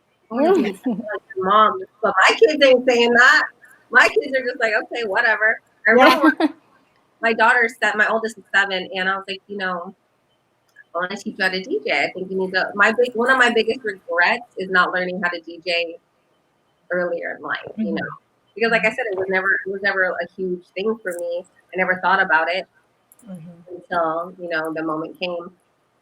So I'm like, you know what? I don't want to do that to my kids. If I can instill some type of musical skills in them, I want to do it at a young age. So I want to say it was 7 months ago. I said, you know, I'm gonna teach you how to DJ. Let's do this. No, I couldn't. I was like, I can't. I tried to. I was trying to teach her just like what an 8 count was. I started with the 8 count. I'm like, okay, I have to teach what an 8 count is for us to move forward. That like went like over her head. She was getting frustrated. I was getting frustrated. I was like, you know what? We're gonna pause this. We're gonna put a pause to this until you truly want to learn. Because I feel like I'm forcing you. Like, you know what? No, you're gonna be a star. You're gonna be a kid star DJ right now. And I felt like it wasn't working. But at the same time, I can't be a teacher. Like I realized, you know what? My kids learn better from other people. So I put her in school of rock, and she does private guitar lessons, and she can read music notes at 7. Yes, fundamentals first. She couldn't understand my 8 count, but she could go over here and read music notes. And she knows like the keys on a guitar. She knows the keys on the guitar. Like she knows like 8 key or G key or whatever. I don't really know the keys, but she knows the keys. And I'm like, okay, well, obviously you learn better with somebody else. So I feel like if she does want to learn how to DJ, it just can't be from me. It has to be from somebody else. So I might hit one of you girls up like me on these because I can't do it. But I'm instilling it at a young age. So now she plays the guitar. She has lessons twice a week. So I'm hoping I'm going to start this rock band family. I'm going to be the DJ. Someone's going to be a guitarist. Hopefully someone's going to play the drums. Someone's going to be a lead singer. You know, try to make this. There you go, band. She wants them to put mama into retirement by having a rock band. Yeah. There you go. What was the show where they were a family band with Danny Bonaducci? What was that show? They Anyway, still have that show where it's like a bunch of families get together and who's like the best band or like group or whatever. That's cute. It's true. okay, so let's see. So let's switch the conversation to Twitch. So I guess we could go round table and tell each other or like share with our stream here what made you go on Twitch. Me? Let's start. Let's start with Wendi, and then we'll go around the clock. Ray and Furious been trying to get me on for 7 months, and I just kept making excuses. And then when I finally was talking to Furious before I actually got it started, and I was like, but you know what, my kids, and he was like, you know what, Wendi, it sounds like excuses. It just sounds like excuses, Wendi. And I was like, okay, Dad, calm down.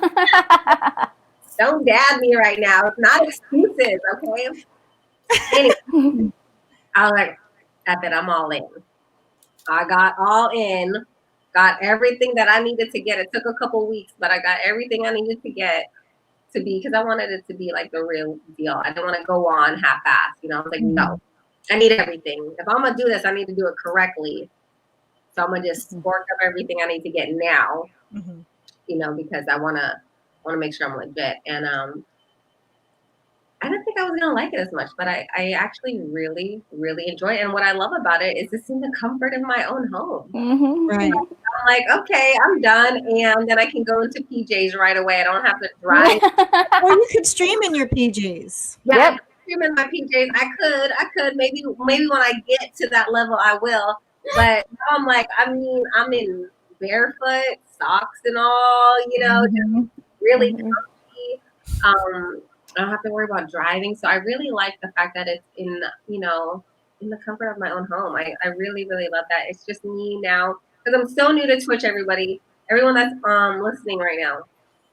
I'm new. I want to say I'm 5 days in. This is how new I am. So I'm not even affiliated yet. So that's my goal. I'm trying to hurry up and get affiliated. So follow your girl. Okay. Help a girl out. Now at this point, I just need to do my time and get my hours in. But I'm really liking it. And I like the fact that there's so many of us that are just supporting each other. I love all the support you get from other DJs on Twitch, and I think that's really special. And speaking of support, I just want to thank all of you girls. I love girl DJs. I love Thank girls. you. I cannot say anything bad about girl DJs, because I'm pretty sure it's like this with most of us. I have had no bad experiences with like a hating female DJ. I feel like we stick together because we know it's so much harder on us. And I just appreciate, even if we don't hang out and we don't talk, I'm always like, oh, that's my DJ sister. You know what I mean? Because I know we all understand how hard it is as a female DJ. And so I just love all my girl DJs. Okay, so you guys are my sisters, and I just want to appreciate all of you guys for just always being supportive, especially.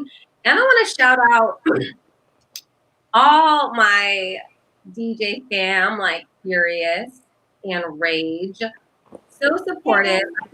These guys don't need to try to get anybody to do anything, but they're constantly looking out for other DJs. It doesn't matter who they are, they're constantly looking out.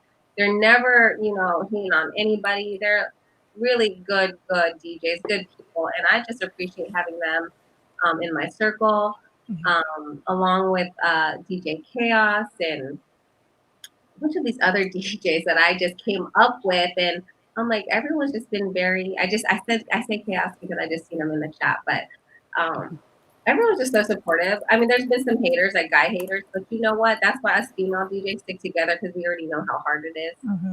So I love all the support. And so far I see nothing but support on Twitch. And that's what I really like about Twitch so far, is I'm like, dang, everybody's really supportive on this platform. I haven't experienced any trolls yet.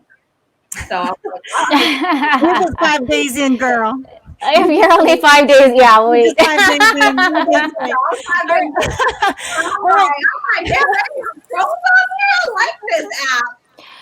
That's Ooh, okay. You 5 get days. yourself some mods, some really good mods, and you're good. How about you, Kriscut? Absolutely. What made you go to Twitch? So I've been in it. I'm not. I guess this is good that we're going clockwise. So I've been in it since end of May. I started my account in March. That's why it says I've had it since March. But it took us a while because we were doing Instagram Live for a while. Remember, we were like all just getting frustrated with Instagram Live, and then finally I was like, okay, well, Snapback moved to Twitch. I knew Furious was already on Twitch, and I'm like, I'm gonna move to Twitch too. What do I need to do? And I did a lot of homework. It took me like a couple weeks, to actually see what I really needed to put into Twitch. And even then, Sheridan was really busy because I didn't know where to start. Tech-wise, I've never done any podcasts or anything like that. So the move to Twitch, of course, was because, if we're going to be stuck at home, I might as well be productive and, play music, even if it was like 4 people on my Instagram stories or like, 20, I think I ever had at once. But Snapback was doing it every week, and I think Snapback decided to move, so I'm like, I'm going to move over to Twitch too. And that's when I started. And my story is I started too, like when there was not a lot of DJs on, and I was happy for like my first stream having 10 people in it, even though 3 were bots. So getting everyone over to Twitch was interesting. I've been busting my butt because I'm putting this out in the universe. I'm trying to make partner. I'm not partner yet, and it's been a little like up and down, like kind of frustrating, like trying to like mess with the numbers. Stop saying trying to. You're going to. Okay, I'm going to make partner. That's Okay. Yeah, that's not how you do it. I know. Okay, right. So we're going for this partner thing. It's taken a quick minute, but the thing with me was because I didn't do any day streams. And, of course, our demographic, and my location is, I like to stream late at night, like club times, like 10, 11, right? So I would only get like 20, 30 people, like 40. It's getting better now. And then I'm throwing in a few day streams. But, the best part about being on Twitch is just this beautiful, wonderful community I've built. My Kriscut fries, that's what we were dubbed by Aaron the Era. So I made a Kriscut fries emote that was a reward for my bit earners, bit contributors. So, it's been a crazy journey, and I'm so grateful that we have this platform. And, people have been coming at me at all sides. Like El Connor said his daughters caught my stream, and I love Animal Crossing. So everything on my stream is big kid Animal Crossing. I'm a huge Animal Crossing fan. I have Twerking Tom, if you have the Twerking Tom emote. Yeah, your favorite Twerking Tom emote. I will give you all my bits every time. Yeah, you give it just so you can unlock and the then I'll Twerking leave Tom. if you don't show them. I'll be like, I know. She's like, where is my Twerking Tom? But yeah, so people have been like, hey, my daughter watched your stream. And I think, it's so awesome. Like all these young women are like, oh, like little girls, like as young as 4, they're like, I want to be a DJ because I saw a DJ on here, that I love. And it just melts my heart. And just this community is so amazing. Like you said, Wendi, and we're all, trying to share the love and making each other grow. Like I've been trying to push as many smaller channels as I can, because everyone deserves to be discovered. But you still got to put in work, smaller channels. Don't think just because somebody's going to send you like 100-person raid, you don't got to work, because, it doesn't work that way. Because I think at this point, if you're joining Twitch right now and you're lucky to be in a raid train or something like that, that's cool and all. But don't think that's all you got to do. Yeah. You know what I mean? Because like for me, how I built my community is, I'm going to go into this. I'm going to be on Twin Spin's channel on Sunday. But, just make sure you're showing love the right way and not a political way. Because you really want to show love to people. It's going to show, like, if you're just playing them because you're trying to just say hi because you just want to make it known, like, hi, I'm in your channel, and then you just bump, peace out. You don't enjoy the streamer. You don't get to know them. Then that's going to be evident, too. So, I show love to people who come into my channel and show love to me. Like, if I send a raid, I'm like, well, so-and-so's been hanging out in my channel. Like, let me send a raid that way. And that's how it should be, right? Because, like there is still like that political side of Twitch of like people kind of like using you or whatever, with another story. But just make sure you show love in people's channels, and your channel will grow. So that's what I love about Twitch. How about you, Von Kiss? Gosh, so I started on Instagram as well, and then the whole kicking off every fucking 20 minutes was getting annoying. So yeah. I had been on Twitch before as a viewer to see like other people's streams pre-COVID days. So I was familiar with Twitch, but I had never streamed myself. And then I can't remember. I feel like I started streaming on Twitch in April. And yeah, I just started to like, let people know. I created a schedule for myself. And I feel like that, Wendi, would be really good for you as well, just because you can like, okay, dedicate. For me, I block off Wednesdays, Fridays, and Sundays. That's my stream days. I work things around that just to be consistent. Of course, there's times where I have to take days off. But like I have these crazy sinus pains that come up every now and again. So I'm like, if that happens, I can't stream. I was fortunate enough to go on a mini vacation like last week. So, so there's times where you're like, oh, okay, I'm not going to stream. But yeah, creating like a schedule was a great way to like let people know when to tune in, so you can build that following. And then I've also themed my streams. So Wednesdays are throwback hip hop and R&B, Fridays are Latin music, and Sundays are my house and electronic festival sessions.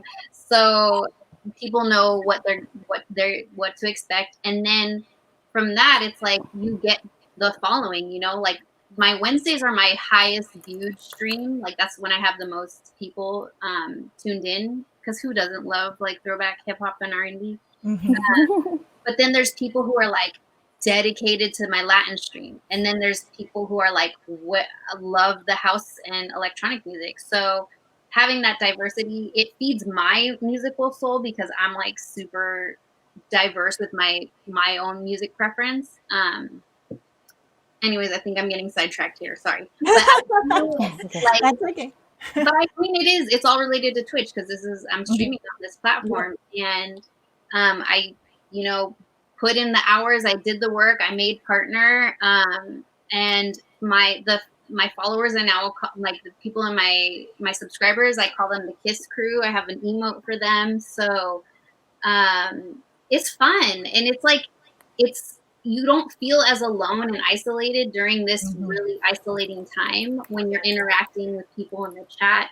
And I love to see the people in my chat interacting with each other, because I know we're like, so many people are going through it right now, like, and they feel lonely, they feel isolated, they're depressed, like people have lost jobs, lost money, like relationships are strained, like the political unrest, like our government, like I can go on and on about all that. So there's a lot that's weighing on our minds. And so Twitch and music is truly, it's an escape for a lot of people, and it like brings actual joy to people. So I'm absolutely honored to be like a part of that. And it helps me as well personally, like it's therapy for me. So yeah, I agree. I feel like it is an escape. I mean, it's an escape for me. DJing has always been an escape for me in general. Like my husband would be like, "Why are you DJing still?" I support it, but why? And I'm like, because this is me time. This is me releasing all the stress with the kids, with just everything. This is me time. And now, and it's rare that I get to go out and go dancing. Especially like being a mom, it's a rare occasion. So when I'm teaching, I love to dance and vibe to my music. So to me, it's just like I'm just releasing all of it. Right. So we have a question, and I wasn't sure if we wanted to ask this, but so Twin Spin posed a question, and we'll go clockwise again, starting with Wendi. How do you ladies feel about being called a female DJ as opposed to just a DJ? Right. So, like, what are your feelings and your thoughts about that? I've seen some female DJs get really upset about that. I don't know if it was you, Von Kiss, but I saw somebody. It was probably me, but Okay, and I thought it was you. I was like, I feel like it was you that I saw on Facebook like a long time ago, like, stop labeling me as a female DJ. And you know what? I'm with you on that. I get it. But for me personally, it doesn't bother me. I like to own up to it. I'm like, damn right, I'm a female DJ. Yeah, I am. So for me, I like to say it. I like to own up to it because, and this could go with why you feel that way, the way that you feel. I remember every time I'm DJing somewhere and my husband happens to be next to me, I swear, every time he has been with me in the booth, it never fails. Somebody comes up, damn, I love what you're playing, bro. You're a dope DJ. And I'm looking like, the That's me, not him. my husband will have I'm the so DJ. many times. Guys, this has happened so many times. They instantly look at him and start thanking him and praising him. And he just starts laughing. And then he points at me like she's a DJ. And I'm like, yeah, I'm the DJ. I'm a girl DJ. And so that's why, in that aspect, I'm like, yeah, I'm a female DJ. Because it's been so many times where they automatically look at the dude, and I'm like, bro, like, no, I have the fucking headphones on. Hello, I'm the one playing it, and so that's why I love it. I love it. I'm owning up to the female DJ here. Yes, okay, but I do see why other female DJs can be like, don't just drop the female and say DJ. I totally get that, but I want you to know it's a female DJing. Like for me, it's like, yeah, it's a girl dropping the beats right now. That's how I feel. Yeah, I echo that. I mean, when I was at the Paris, like before all the mega clubs in Vegas, they would like look at the light guy and be like, "Hey, bro, that's some dope shit." And I'm like, the one spinning physical records. There's real records, like not CDs or anything. Like That's horrible. Like, yo, you know, they totally ignore me and then go to the guy pressing the buttons on the light board. I don't know. I get that it's not something you used to see, but I mean, like now that it's more prevalent, it's cool. Like I'm kind of mixed feelings because, like, you know, when people used to hear my name, that's why I was so gender neutral. I'll be like, oh, Kriscut out in Vegas. Oh, where does he play? No, it's a she, you know? And that was like the best part of it. That's why I wanted like a pretty gender neutral, you know, DJ name, because I did want to be known as a dope DJ, but like the whole thing about females, we always have to try to prove ourselves, and there's no like really proving ourselves. I'm like, I'm already here, I'm in Vegas, what more do I got to prove to you guys? You know what I mean? Yeah. Like, so it's been up and down roller coaster. So I love when people say you're one of my favorite DJs. That's like an awesome compliment.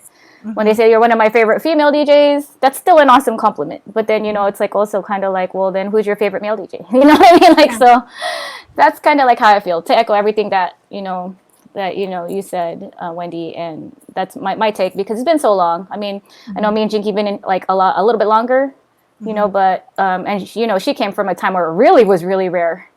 You know, so yeah, the rarity of like her DJing, and then the rarity of my DJing, and then, you know, as it's getting closer like to the late 2010s, you know, so I'm okay with it. I still would prefer to be your favorite DJ, period. But I mean, I am a female. I'm not gonna be like, you know, what can I say? You know, like kind of neutral now. So Von Kiss, I know you have a lot to say, so go ahead, girl. And she's like, I'm ready. I want to hear it. I want to hear it. Yeah, let's go, girl. No. Well, honestly, Wendi, now that you're saying that, you probably saw it on Facebook. I distinctly remember doing a post about this topic, but what it was I had watched Amy Schumer, the comedian, like do a stand-up thing, and she was talking about how like she gets interviewed and they're like, oh, well, what's it like being a female comedian? And she's like, what does that have to do with anything? You know, like, what am I bleeding all over the stage? Like, what's the, like, you know, like being a female, yeah, we have different like anatomy, but like a joke is a joke, you know. And like DJing, it's not even about physical strength, it's literally like song selection and technical skills. And there's 5-year-olds who are like turntablists out there. So the having the female label attached to it is that's where I'm like, it's not necessary. And this is obviously just my opinion. It's like you don't call guy DJs male DJs, you know? So it's like they just get the DJ name, or whereas we are getting the female DJ name. Is that more like equality, like the quality part of that? Yeah, that's the only thing that really bothers me because I'm a proud female. I love being a woman. I love being a female. I embrace like my feminine side, and I also have a tomboy side, but Mhm. I'm proud to be a woman, and it's hard as fuck to be a woman, excuse my language. I don't think a man will ever understand what we go through on a daily basis. And, you Mhm. know, we can bring up the Me Too movement. We can bring up like the wage gap. We can bring up Mhm. the voting, like how long it took for women to be able to vote. You know, like this, the list goes on. So I to be where I am today as a female and to be empowered and to be strong and to be independent and smart, I I pat myself on the back every day and I'm proud of who I am. And I'm proud to be a female. But when it comes to DJing, I'm like, I just feel like putting the female DJ label is only, instead of like giving us the equality we deserve, it Mhm. still creates like a distance, you know? So that's kind of where I stand with like the female girl DJ like tag. But I don't, obviously, Wendy, like, yeah, like if the, to claim to, you know, I'm proud of being a female and a DJ. I Mhm. just, I rather would be just called a DJ though. That's just how I feel. Mhm. Yeah, and I think that that's like something that is very specific to like DJing. Do you like see some, or when you talk about bands and you have a drummer who is female, do you like say that's a dope ass female drummer or a female bass guitarist? Like you don't really hear it that way. You're just like they call you a guitarist or whatever. But in like DJing, I feel like that we kind of fell into that separation of gender, and I think that that was weird. Yeah. Right. Like Yeah. what in what other profession in terms of music do you hear female put in front of the title? So Yeah, because like my wife is a makeup artist, you know, and Mhm. there's like plenty of male makeup artists out there, Mhm. but they don't get separated in that category of like male makeup artist, female makeup artist. You know what I mean? Mhm. Like they're just makeup artists. Also, Right. same with photographers. You know, like Exactly. so. It's like why? I don't still don't really. I think the boys were trying to like shut us down, but Yeah. I'm there's a lot of amazing male DJs out there who don't even like blink twice at a female DJ, but then there are some who do. So I don't know. Yeah. I think that that was a pretty healthy topic. Yeah. Yeah, I wasn't sure if we should have touched on that because I know that like we have talked about it before on previous podcasts, and um, it was kind of a heated debate. It still kind of is, right? Like, um, I'm I mean, honestly, but isn't just being a female in general such a heated yeah, debate?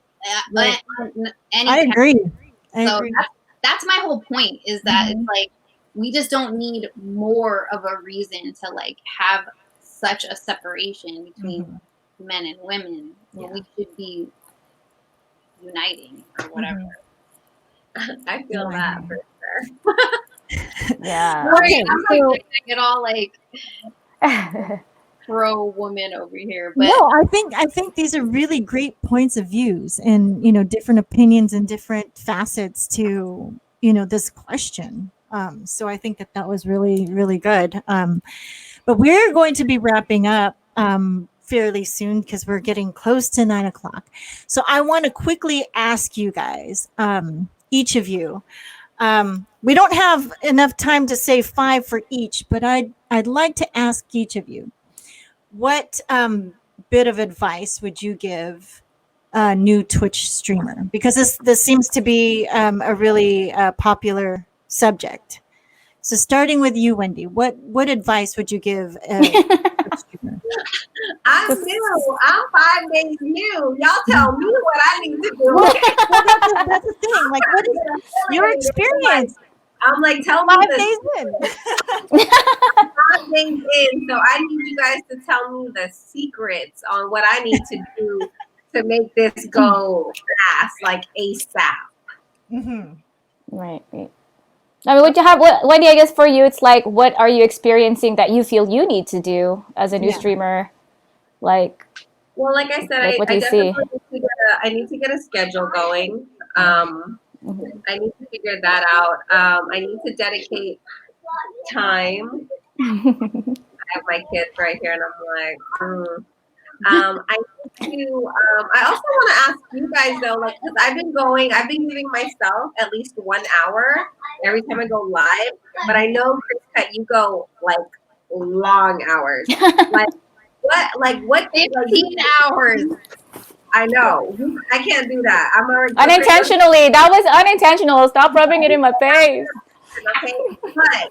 But definitely, like, let me know like how much, like, what do you think is a good time frame, like hour wise? Like, how long do you think, not just me, but anybody on Twitch needs to be to really like get the full on, like heights of everyone joining? Like how long? You think an hour, 2 hours, three? Let me know. I would say two, like at least 2 hours. I usually I I agree. dedicate 2 hour slots for my sets, and then I'll go longer if I want to or if I have time. But like 2 to 2.5 hours is like solid. That's a Yeah. good chance to get into your groove, to get people in, to like you'll get a raid or two. Like I think 2.5 hours, 2 hours is always like it's a good starting point. Yeah, I agree. Yeah, it goes Yeah. by fast too, though. It does. I did 3 hours and just freaking flew by today. So I mean, it depends. Wendy, since you have such a, you're still growing your channel, you might want to just kind of start off with an hour and then see, how you feel. And You an know what I hour is mean? okay. Yeah. Yeah, An hour is I good. started that way. I started at hours too. Yeah, one And it hour is turned not too into like bad. 4, and then Yeah, 3. when And I'm like, oh, it's shit. I'm sorry, mods. That's when the kids come and I'm like, oh, you got to get a whooping right now. Well, okay. So, To get Wendy, you have mods, right? I have what? You have Mod- mods for your channel, right? I have what? You have Mods. dedicated moderators for your channel, Oh right? yes, I do. Oh yeah. All I right. have Creed. I have Marcy Baby. I have Yay! Rage. Yay. Mhm. Honestly, like I know what mods do, but I'm so new to Twitch that I'm trying to learn like everything. Like what does what these bits? Like I'm still learning everything. Like I am on every social media platform there is, and Twitch is my newest. Now, the thing that I noticed that's helped me as a new Twitch person, like I really don't have much to say about this topic, but what's helped me, so I started 5 days ago. I don't know how many followers I have now, like almost 400, if not 400. Mhm. And I got That's these really followers. good. That's Yeah, very good. I got these followers this fast though, because my hugest following is on TikTok. I have over 300K following on TikTok. And so while I'm streaming on my computer on Twitch, I go on my phone and I start streaming live on TikTok. So that's what's been working for me as a new person on Twitch to get my followers is I'm like, hey, I'm DJing live right now. If you want to hear the music better, because on Twitch, the sound is much better because it's directly into the platform. I'm like, hey, get over to Twitch. And I'm constantly, if you're ever on my live, I'm constantly like repeating that because I'm on live on the phone the whole time as well. Hey, TikTok, come over to Twitch right now, blah, blah, blah. So I feel like that's kind of annoying, maybe. I don't know. You guys tell me. Like I'm constantly saying that throughout my live. That I'm kind of thinking, like, man, maybe people on Twitch are like, can you stop saying that? But that's how I'm like bringing people from TikTok to Twitch because honestly, a lot of the people on TikTok don't have Twitch. These are all new people downloading just to follow us. So that's what's been working for me. That's all I can put my input in so far. And we'll see if hopefully I get affiliated soon. Yeah. Yeah. Well, I Yeah, say I'm that gonna. like the thing with Twitch is really it's a numbers game. Numbers in terms of like who's tuned in, who is chatting, how many days you're streaming, and what your average is, and things like that, like or what time of day, and so just at least paying attention to your dashboard would be good so that you are aware of how many people are following your subs, and like for affiliate, you have to hit certain numbers, right? And then so you should be paying attention to that. And then next for you, if you want a partner, is the partner numbers. But like, I guess at first, like what you're doing is great because you're bringing people over and you're exposing them to the new platform. So eventually, if they want to chat with you and engage with you, it's a whole different game in Twitch. How do you And guys feel about talking on Twitch, though? Do both Oh. of you just No, you have to. I love talking. love talking? Or, okay, 'cause I've been talking a lot, and I'm kind of like, do these people want me to shut up? Because I feel like I'm talking way too much. Maybe they're like, shut up so I can hear the music. I don't know.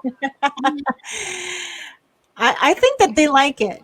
And you guys can chime in chat. But I think that people like to be acknowledged and engaged with. So if they're talking about something in there or they're talking to you, they want to hear a response or some acknowledgement. And I think it's really good both ways. You know, you have a conversation, it makes your stream fun, it goes by fast. And it just brings something different. You know, they get to know you, you know, as you talk to them and the way that you speak or the way you laugh, you know, it becomes a part of your personality on the channel. Yeah, and I've noticed that too. Like people, like there's like getting to know you when you're talking. You know, like you're revealing part of your personality. Mhm. Like you have your story time or whatever. You kind of get into this like you'll find your habit with Twitch, like things that you bring up. And like for me, like one thing I'll constantly say is like, you know, obviously we're DJing, so we're playing music, and I'm like, oh my god, I love the song top 10, top 10. Like that's one thing I always say is it's like there's so much music that this is a top 10 song, like one of my favorites. And then when you get to partner or affiliate and you can start collecting emotes and creating emotes, like you use your emotes as a talking point as well. Yes. And that's a way to interact with your chat, because if they subscribe to you, which is beneficial to you because then you get money from that, then they could drop the emotes that you're talking about. Like for me, when I play a Missy Elliott song, I have that Missy Elliott emote. I'm like, okay, let's see Missy in the chat right now.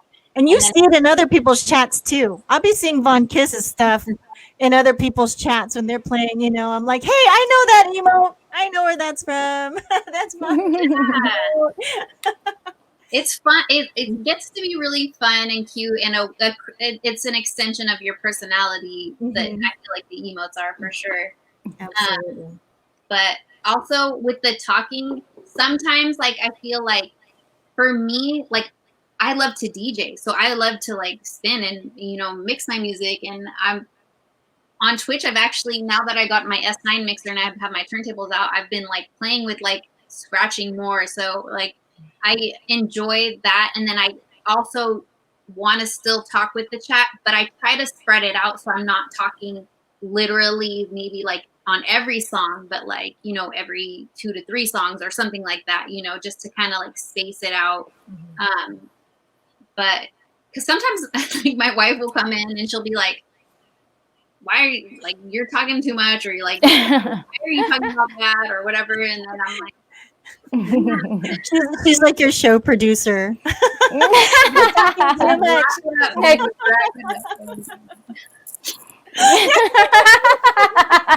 It's time to eat. You remember. Wrap it up. Oh my gosh.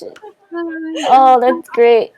Yeah, I was super mic shy for a long time. I was talking to Jinky about this. Like, I hated any kind of mic work, and now Sheridan's like, oh, I can't shut you up anymore. Yeah. So I think we're all that way now. Yeah, we're all that way now. But there are some people, like we've had this discussion, that they just want to hear music. There are channels with just music. Yeah. So they can go there. So if they don't like you at all, that's okay. There's a channel for them. But somebody else will come in. Yeah. Exactly. And this was one of like my bits of advice on another show, was just, you're not going to be for everyone. So don't sit and try to please, you know, everybody that comes through. You know, just always do you, because that's what brings people back. They want to see you and Wendy's personality and Kriscut and Von Kiss's request though. You take requests on Twitch. What's that? Do you take requests? She says. Oh yeah. Oh, you guys Oh. could answer that because sometimes I'm like, no. Oh. My mods already know. My mods are like, no requests. I just ignore Or it when maybe. people ask me on Twitch. I'm like, no. Sometimes I will, but not all the time. I mean, I like today I played a request on the lunch table stream because they asked for Skilo, I Wish, and I was playing like throwback vibes song, and I haven't played that song in a really long time, so I was like, you know what, you're in the chat. He highlighted his comment, or she, I don't know, I think it was a guy though, but like if they're putting in the effort to highlight their comment, which you see it in the purple box, like they're trying to get your attention. And it was the second I saw that was the second time like they asked for it, and I'm like, sure, it's not going to kill me to play it. I actually do like that song. It's good vibes. Like, let's do this. So We're fun sized. Len Squared, we're fun sized. That song hits us hard. I know. I always. Jinky always clowns us on that song. She's like, shout out to my friend Kriscut. No, Thanks, Jinky. No, this is I'm for fun my short sized. people. All my short people, all my shorties. I'm You know, fun you guys sized, like- Len. Yeah, every time I drop that song, I'm like, this is for my short people. All the short But she did call me out that one day. Hey, Kriscut, I see you. I was like, thanks, Jinky. But Wendy, when Von says they highlight, I don't know if you know about this. Yeah. So you get channel points for like interacting or staying in chat and listening. So they can redeem these points to highlight a message like you see Furious. And if you're looking at chat, there's a purple message. So he used a highlight channel points to highlight that. So they're using points that they earn by, being in your room. So when they're highlighting this, like, oh, Von Kiss, play this, like play I Wish or something like that, then they are actually using their bank of points to get your attention. So that's what that is. Okay. What's up, DFH? What's up, Dance from Home? We see you guys. Welcome, Raiders. Welcome, Talk from Home. Welcome, Dance Hi. from Home. Look at you guys. Rolling deep, always rolling deep. Oh, always. Yeah, so we're just wrapping up here. Now wait. Okay, so that's a good question. When you guys get a raid, do you keep going for a little longer, or do you be like, peace out, guys, on to the next raid? Or what do you like? That's happened a couple times, right? Like you're already mid raid, and somebody raids into you, and they end up in somebody else's channel. That happened to me the other day. That was hilarious. Somebody was raiding into my channel at the same time I was raiding to somebody else because it's on top of the hour. So I thought that was pretty funny. Little Berry says, keep going. So that happened when Angie V raided my room and Shortcut raided my room. I had like the biggest raids that night, and I was already crumbly, and I'm like, okay. And it was more like talking. I was just talking and just playing like probably 90 to 95 BPM, like slower, like mellow BPM, right? And then I was like, whoa, okay, I got a raid. And again, I'm crumbling. I'm like, well, I guess I gotta turn up now. So I just switched it on, and like I remember that night and I was like, shit, I wanted to get off at like 20 minutes. Shit, I'm tired, But then we ended up going like another hour and a half, 2 hours, and I was like, mods, I'm so sorry. You guys have to stay up late. I'm sorry. Oh, Ryan Live, yeah. One more song is 30 minutes. You're like, okay, one more song. Raid! Yeah, what a big ass raid come through. I know. However, great. Tonight might be a different story because the thing is, like, I know that we've got like, the three of you here, and I want to be mindful of your time, so unless there's something else you guys really wanted to bring up prior to going into promo, we're open to that. And we have Talk from Home here. Von Kiss, was there anything really cool off of your list that you wanted to ask, or did we hit on all of the topics there? I mean, I had a few other little questions, I guess. Wendy, were you ever like, for me, okay, I'm asking because this is like, it applies to me too. Were you ever the friend who like would make mix CDs for all your friends? Like, were you that friend who was like, I got the music? Like, on a girls trip. Before DJ. Before. Yes, I was the musically one. That's why my good friend was like, I think you should be a DJ because you're just good at stuff. Yeah. You're just good at music, you know music. And I feel like I have an old soul. I've always known so many songs, and titles. And if we were to play like a trivia, I would know the song. So yes. Cute. Yeah. Okay, and then also, what are like? I know this is probably one of the hardest questions to ask because my list is really long, but like top 3 favorite songs. Ooh, that Well, one. I don't. Yeah. Like, Good luck, Wendi. Anything in this moment right now, like just 3 of your favorites. Like really quick. I Yeah. can't. Off the top. Right now, when you're telling me that, Don't my ask me. mind is like the Matrix right now. Like numbers. Like no, I can't. I honestly, I cannot tell you that. But I will say one of my favorite artists that I've always loved as a little girl, like, and I still do, even though her music currently isn't like as hot as it used to be. But I was such a fan. I just love Mariah Carey. Like, love Mariah. Mariah is my girl. So if I had to pick a favorite song, like top 3, one of her songs. I can't even name one, but one of hers would be in the top 3 because I just love Mariah Carey. And then another song, I don't know a song, but another artist that would be in top 3 would be a song probably from Tupac, like one of his. But other than that, I cannot name songs. I'm just talking about artists, okay? I'm not naming no songs. I can't do that. I could probably do like top 20, maybe. But I'd have to really sit down and think about that. Like really think. You're like I know it's like when you get those questions like really quick and you're like, well, what's this one song? And you know for sure this song like the back of your hand, but when somebody asks you randomly, you're like, You should have prepared me for that question so I could have really thought about it. And honestly, I never told myself like this is my favorite song. I've never said that to myself. Because sometimes you forget about songs until they're played, and then you're like, damn, this is top 3. This is top 3. It's top 3. This is top 3. It's like everything's top 3. Like you already said 10 songs are top 3. Like, oh, this is top 3, top 3. But I can't even tell like you. Von Kiss is top 10. Yeah, top 10.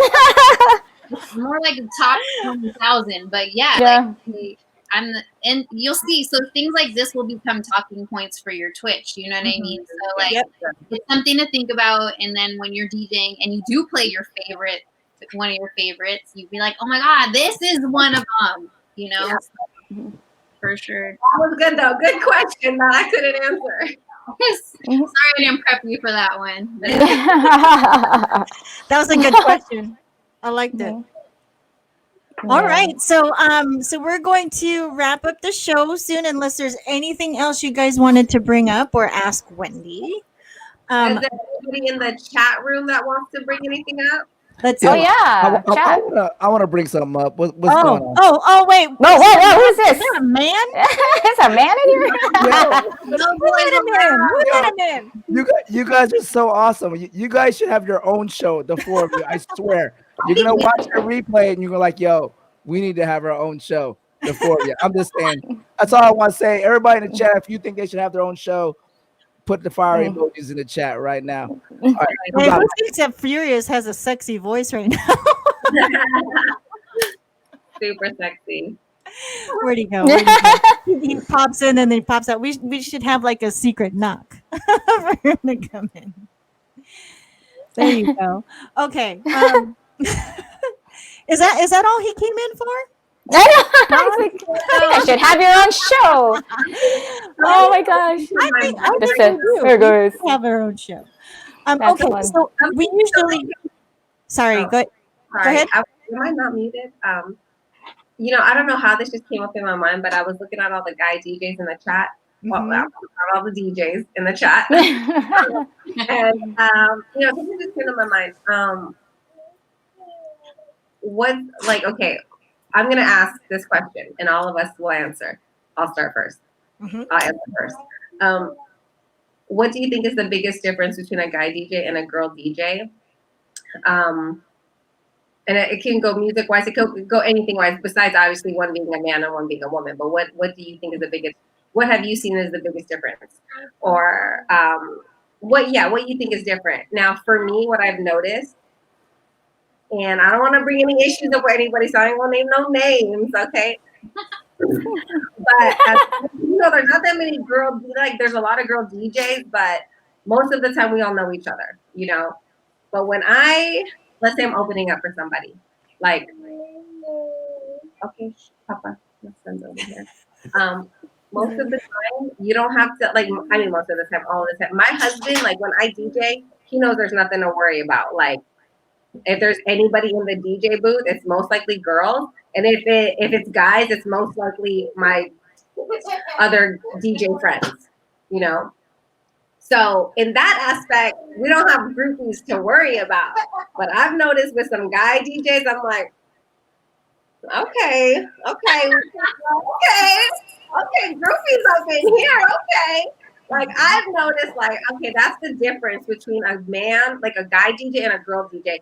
Like girls, we could be like, it is nothing disrespectful going on. Not that I'm saying, the guys, don't be mad at me. Not that I'm saying you guys have been disrespectful, okay? But I'm just saying there's some things where I'm like, okay, that's the difference, because me as a wife, if my husband was the DJ and there was a bunch of groupies on him, I might feel some type of way. I might be like, hold up.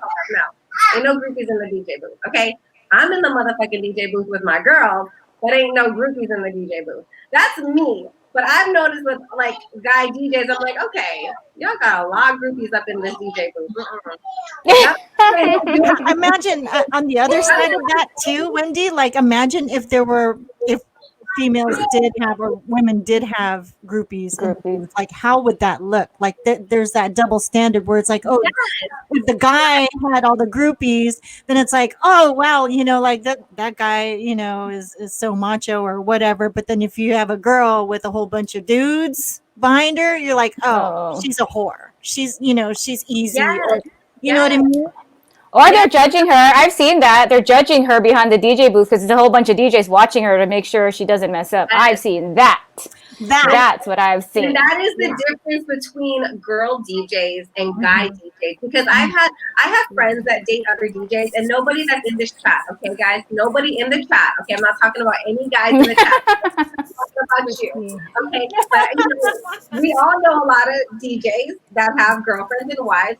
And I am friends with a lot of girlfriends and wives, and they have come venting to me like, oh, I caught him doing so and so with some girl, and I'm just like, see, my husband don't gotta worry about that. Girls DJs don't do that. Girl DJs, like that's something you don't have to worry about that, because we don't have the groupies like that. If we do, it's not groupies, it's DJ fam in the booth. It's not like these groupies. It's never someone where like, who the hell is that? It's never a guy trying to really get in our pants. You know what I mean? That's not it. But that's the difference that I've noticed. No one be mad at me in the chat, okay? Don't be like, oh, Wendi. Like, okay, guys?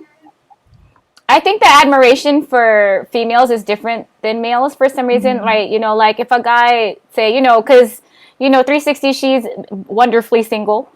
So I mean, like I'm sure she gets admirers, but they're not like the like. Okay, but they're not like wonderfully single. Wonderfully single, because I heard you crumbly on your stream one time. You're like, I think I'm better off alone. So anyway, okay, that was a crumbly stream. So yeah. Oh, wait, I will. Okay, comes out. I know. So the difference, like wonderfully single, because I think it's funny because like I was saying, like if somebody likes you, like Jinky, because they're not as forward and aggressive about it. Whereas like a male DJ, there's a groupie, a girl, she'll like rub her boobies all over the DJ and stuff. And then the guys, you know, like guys don't do that. Guys won't rub their boobies on you 360, right? They're all just like, but you know what I mean? They're a little bit more like, gosh, this is DJ 360 I'm trying to talk to, and they get like all shy and cute, like, oh my God, I'm turning red, you know? So, I mean, it's a different kind of groupie like feel, like you're right. You know what I mean? It's not the same for men and women. And if there was somebody who showed interest in you, even if you were taken or not, as a female DJ, there's a little bit more like, okay, I really like this girl. I know she's married or whatever, or she's in a relationship, but you know, they're a little more hesitant than the drunk girl at the club that was like being cool, hitting on the DJ, you know, rubbing themselves on them and stuff. So that's what I see with the male female. I don't know. That was really silly. I hope you got nobody in chat hate me for that one either. All right. Crying over there. She's cracking up. Nobody, we're not talking about anybody in chat, okay? So it's just like a general. I said, I know, I flipped the hair, Michelle.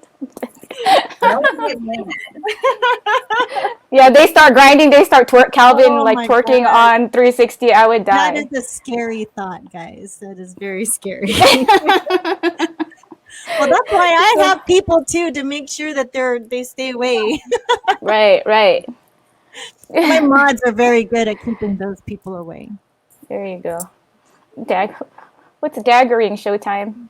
Daggering. Oh, slow daggering. What's that? What is? Oh, daggering.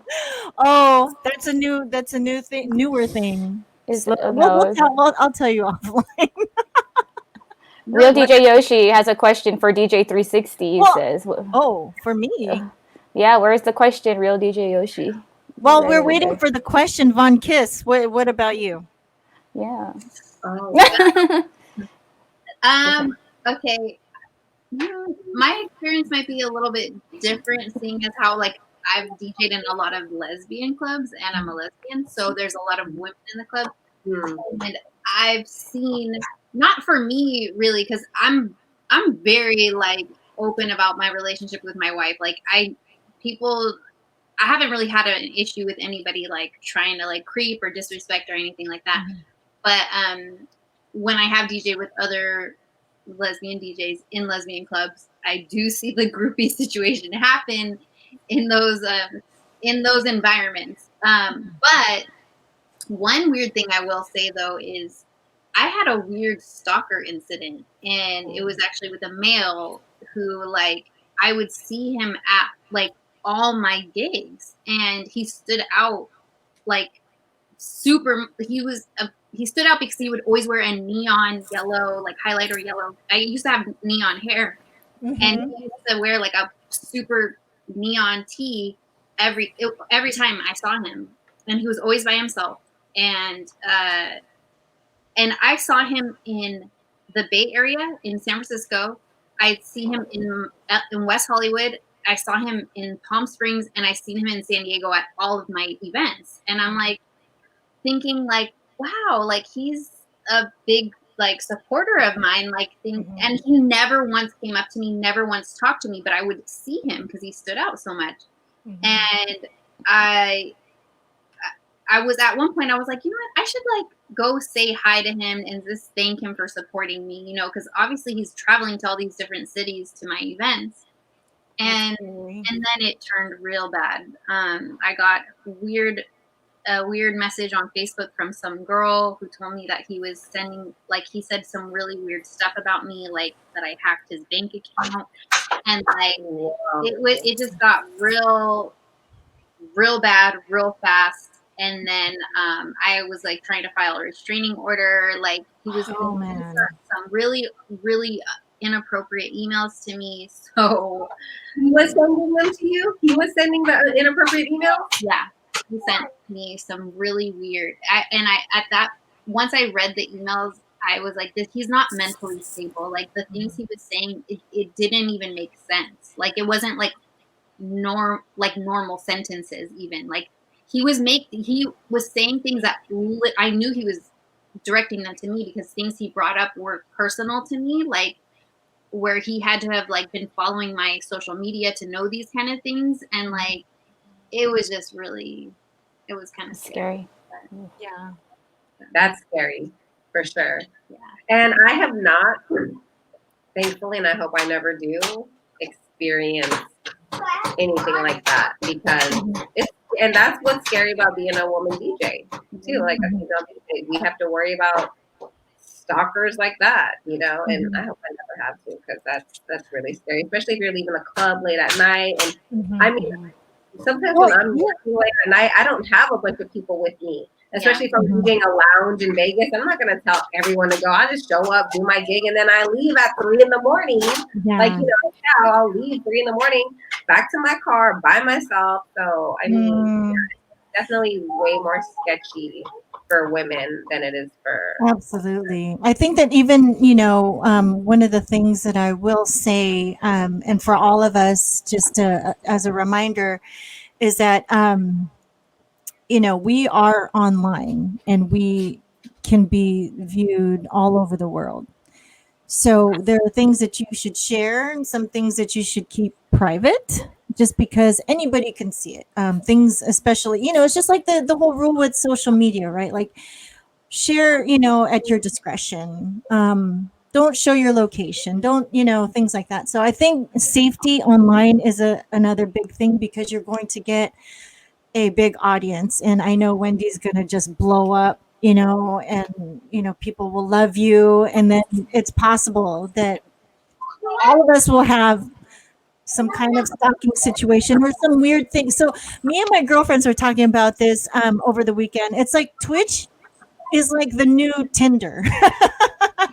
Oh my Because it's like this is where people are meeting each other and trying to, like, you know, either hook up or find, you know, a mate. Or Kriscut, you know, you've got to see this chat. You know what I mean? Like people do, you know, like trying to hook up and like meet each other and get to know each other. It's like Yeah, the new chat. Yeah. dating. It's like a dating app in another sense. But I think my advice is just to be careful what you share on stream. And that's why, like, sometimes I don't like my kids being on stream or even in my social media. So it's just like, Right. I don't share a whole lot of that just for safety reasons. And Savo, who is a part of this podcast regularly, he, you know, he's come across some of these situations, and this is for all streamers, just to be really careful about some things and who you share access with for your account. So with that, you know, and to be mindful of everybody's time, we're at 9:20. So thank you guys so much for sticking around an extra 20 minutes. But I do want to give us some time really quick to talk about promos. So Wendy, what we do in promo is just kind of talk about, you know, what we're up to on Twitch, or if there's any real life gigs, or what your schedule is, or anything that you want our listeners to know about. So we'll start with you, Wendy. Okay, well, like I said, I'm new to Twitch, so if you are not following me, please follow me on Twitch. Hit the button. We have a Yes, hit the button. button. Hit the button. I'm on all social media platforms. Like I said, my TikTok is my biggest thing, so I try to keep everything simple. Party like a mother on everything. Not Facebook. Facebook is Wendy Jamison, but Instagram, YouTube, everything is Party Like a Mother. TikTok, Twitch. I don't have any in-person gigs coming up because we're in San Diego, and that's not happening in San Diego unless, you know, at a party, because nothing's open in San Diego really. But yeah, just catch me live. I don't have a schedule. Everything right now is just last minute, but I definitely post on Instagram, even if it's last minute. Like, hey, I'm gonna be on Twitch right now. If you see this post, get on Twitch right now. But yeah, just stay tuned. Like I said, give me a follow, and then it'll notify you every time I am live. So yeah, and thanks again for having me. I love talking with all of you ladies. It's been a fun experience. Thank you. Okay. What about you, Kriscut? What do you have coming up? So I found out it's one of my mod's birthdays. So we're celebrating her on Wednesday for our daytime pop-up. I do a lot of pop-ups. I've been deciding to do more daytime streams because, you know, we're going for that partner thing, like I said. But anyway, besides that, every Thursday, I have Music Lovers Bingo. If you haven't played bingo on my channel yet, it's not like your traditional bingo. It's bingo with songs. So I play a song. We give you a virtual card and you mark it off. There's an example on my page. And this Thursday, we start at 7 p.m., usually at 6:30, but we're coordinating because we're doing island reggae. So if you love reggae, island music, like, dance hall, that's what we're going to do. That's 7 o'clock on my channel. And then I have my Friday pop-up raid party with DJ Showtime from 1:30 to 4. DJ Showtime puts one together for a bunch of us DJs. And then my Team No Sleep on Saturday, which is like midnight. I have to change it because I found, like when I put the stream a little bit earlier, like 11:30, it ruins my numbers for the day before. It's like got to start on the top of the hour. Have you ever noticed that, Jinky? Like, do you ever do a stream at like 11 at night and then like go into 12? And she's like, no, because you're never up that late like me. You guys know, okay, anyway. It's either I've already started the stream and go overtime. Yeah. Just you. Okay, so when you go over, doesn't your day, like, it's a different number for the time that you're over. So right. I'm trying to start it at the actual day. Yeah, it messes it up. So love you guys. Thank you, Kriscut Fries that are in the channel if you guys are in here. All right, on kiss. Aw, for baby. With Stellar. I have a Stellar in my. Aww. So cute. I miss fur babies. My dog's like, I want to be a part of it too. So I think I said my schedule already. So Wednesdays I do throwback hip hop and R&B from 3 to 5 p.m. Los Angeles time, and then Fridays I have my Latin jams 3 to 5 p.m. Sundays I do my house and electronic music, and that's from 6 to 8 p.m. And then every other Thursday I do this stream called Songs for Sad Girls, which was created and hosted by the Belladonna clothing line. And so I do that one on Instagram and on Twitch because I take over the Belladonna LA Instagram page. And we play like oldies, sad R&B, Dr. Mariah Carey, heartbreak anthems in there. And that one's a lot of fun because it's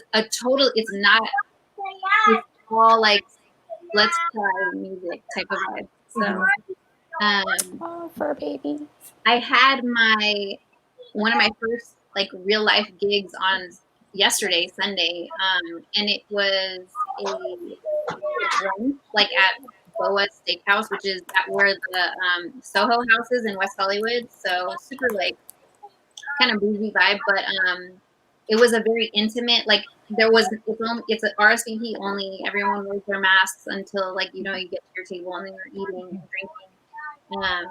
And it was like this collaboration with like these women who are on that show Selling Sunset. I don't know, it's on Netflix. Them and that clothing line, Pretty Little Thing. So cute.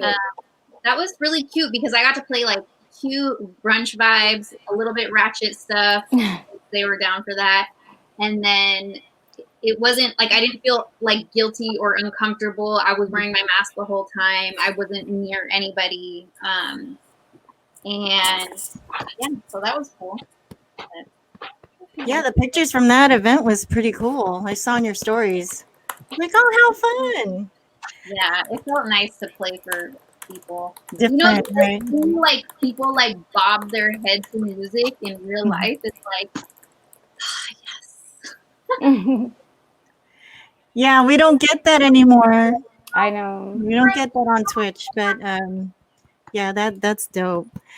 So for me, let's see. So Wednesday, I have a Twitch crawl with DJ Showtime. During the day, I am on at 11:30 till 1. Yeah, sorry, I'm part of that Twitch crawl too. So shout out to Showtime for putting that together. She closes it out. Mm-hmm. Yeah, she's the headliner. So great. So Wednesday, yeah, Von Kiss, myself, Showtime, Chaos is a part of that too. Furious opens up at like 5 a.m. at the butt crack of dawn. That's crazy. Yeah. Jenny Pocket, I think, also. And Ray Domingo. Ray Domingo is also a part of that Twitch crawl on Wednesday. Thursday, I have a new night. So because of the schedule being so packed during the end of the weekend, I am now doing trivia night, which many of you guys participated in last week. It seemed like it was a hit. So trivia night starting at 9 p.m. On Thursdays, and then Fridays we have Furious Friday, and then I'm off on Saturday, so I may pop up. So we'll see. So okay, well, I wanted to thank you, ladies. I thought that this was a really, really great show, and the listeners really loved you guys, so thank you guys so much. Thank you, Wendi, for being a part of this. Thanks for having me. Yeah, so I don't know, Furious, did you want to jump in? You want a secret? No, I just want to say, hey, what's up? Thank you, ladies, for joining me on this show. And I was just lurking on the channel, so I definitely appreciate you giving up your time. But hey, Jinky, you know what time it is? Who do you guys want to raid? I know I'm gonna let Wendi. Well, let's see. Yeah, Wendi. Let's have Wendi pick who we raid tonight. No? Huh? Do you want? Oh, she's muted. She's muted. I was like, what's going on? You're Unmute. muted, girl. Unmute your thing. Unmute yourself. We're back. Oh, Who's on? There you go. oh, there she's there. We're back. I don't Wendi. know who we can write. Who's live? Can you hear Let's me? look. Yeah, let's look at who we can raid. Okay. We got a lot of people on. There are a lot of people. Okay, so let's see. Oh. What are you thinking? I- Jinky, who are you thinking? It's, you know what? This is the worst seat to have because I there's know. That's a lot. I don't know. Von Kiss, what do you think? You see anybody? Well, See a lot. I see a lot too, but I think VTech just got partnered, and if you want to keep passing the female torch over here, Let's do it. I love VTech. Yes. Let's go to VTech. Let's go. So, Sounds Furious, are you gonna? Yeah. Let's do it. Let's go raid VTech. Was it? Let me go on her stream right quick. Was it VTech? Let her know. Be like, hey, girl, we coming. VTech Pause. VTech. Yes. Oh, Dang, that's a big time pause. That's big. Oh, she's getting it, man. She got her Adidas outfit on. Oh yeah, we're gonna go over there. awesome. Yeah. But thank you, ladies, Good for choice. attending. Oh, I'm sorry. Thank you, DJs, for attending. Thanks for having us, Furious. Bye. Thanks for having us. Bye. I'll see you guys in VTech. Thank you, everyone in chat. We love you. We'll see you guys. Love you guys. Okay, we're rating in 10 seconds. So you guys, thanks, chat, for tuning in. I appreciate y'all. Thank you. And Bye, everybody. Bye. rating See you. now and broadcast.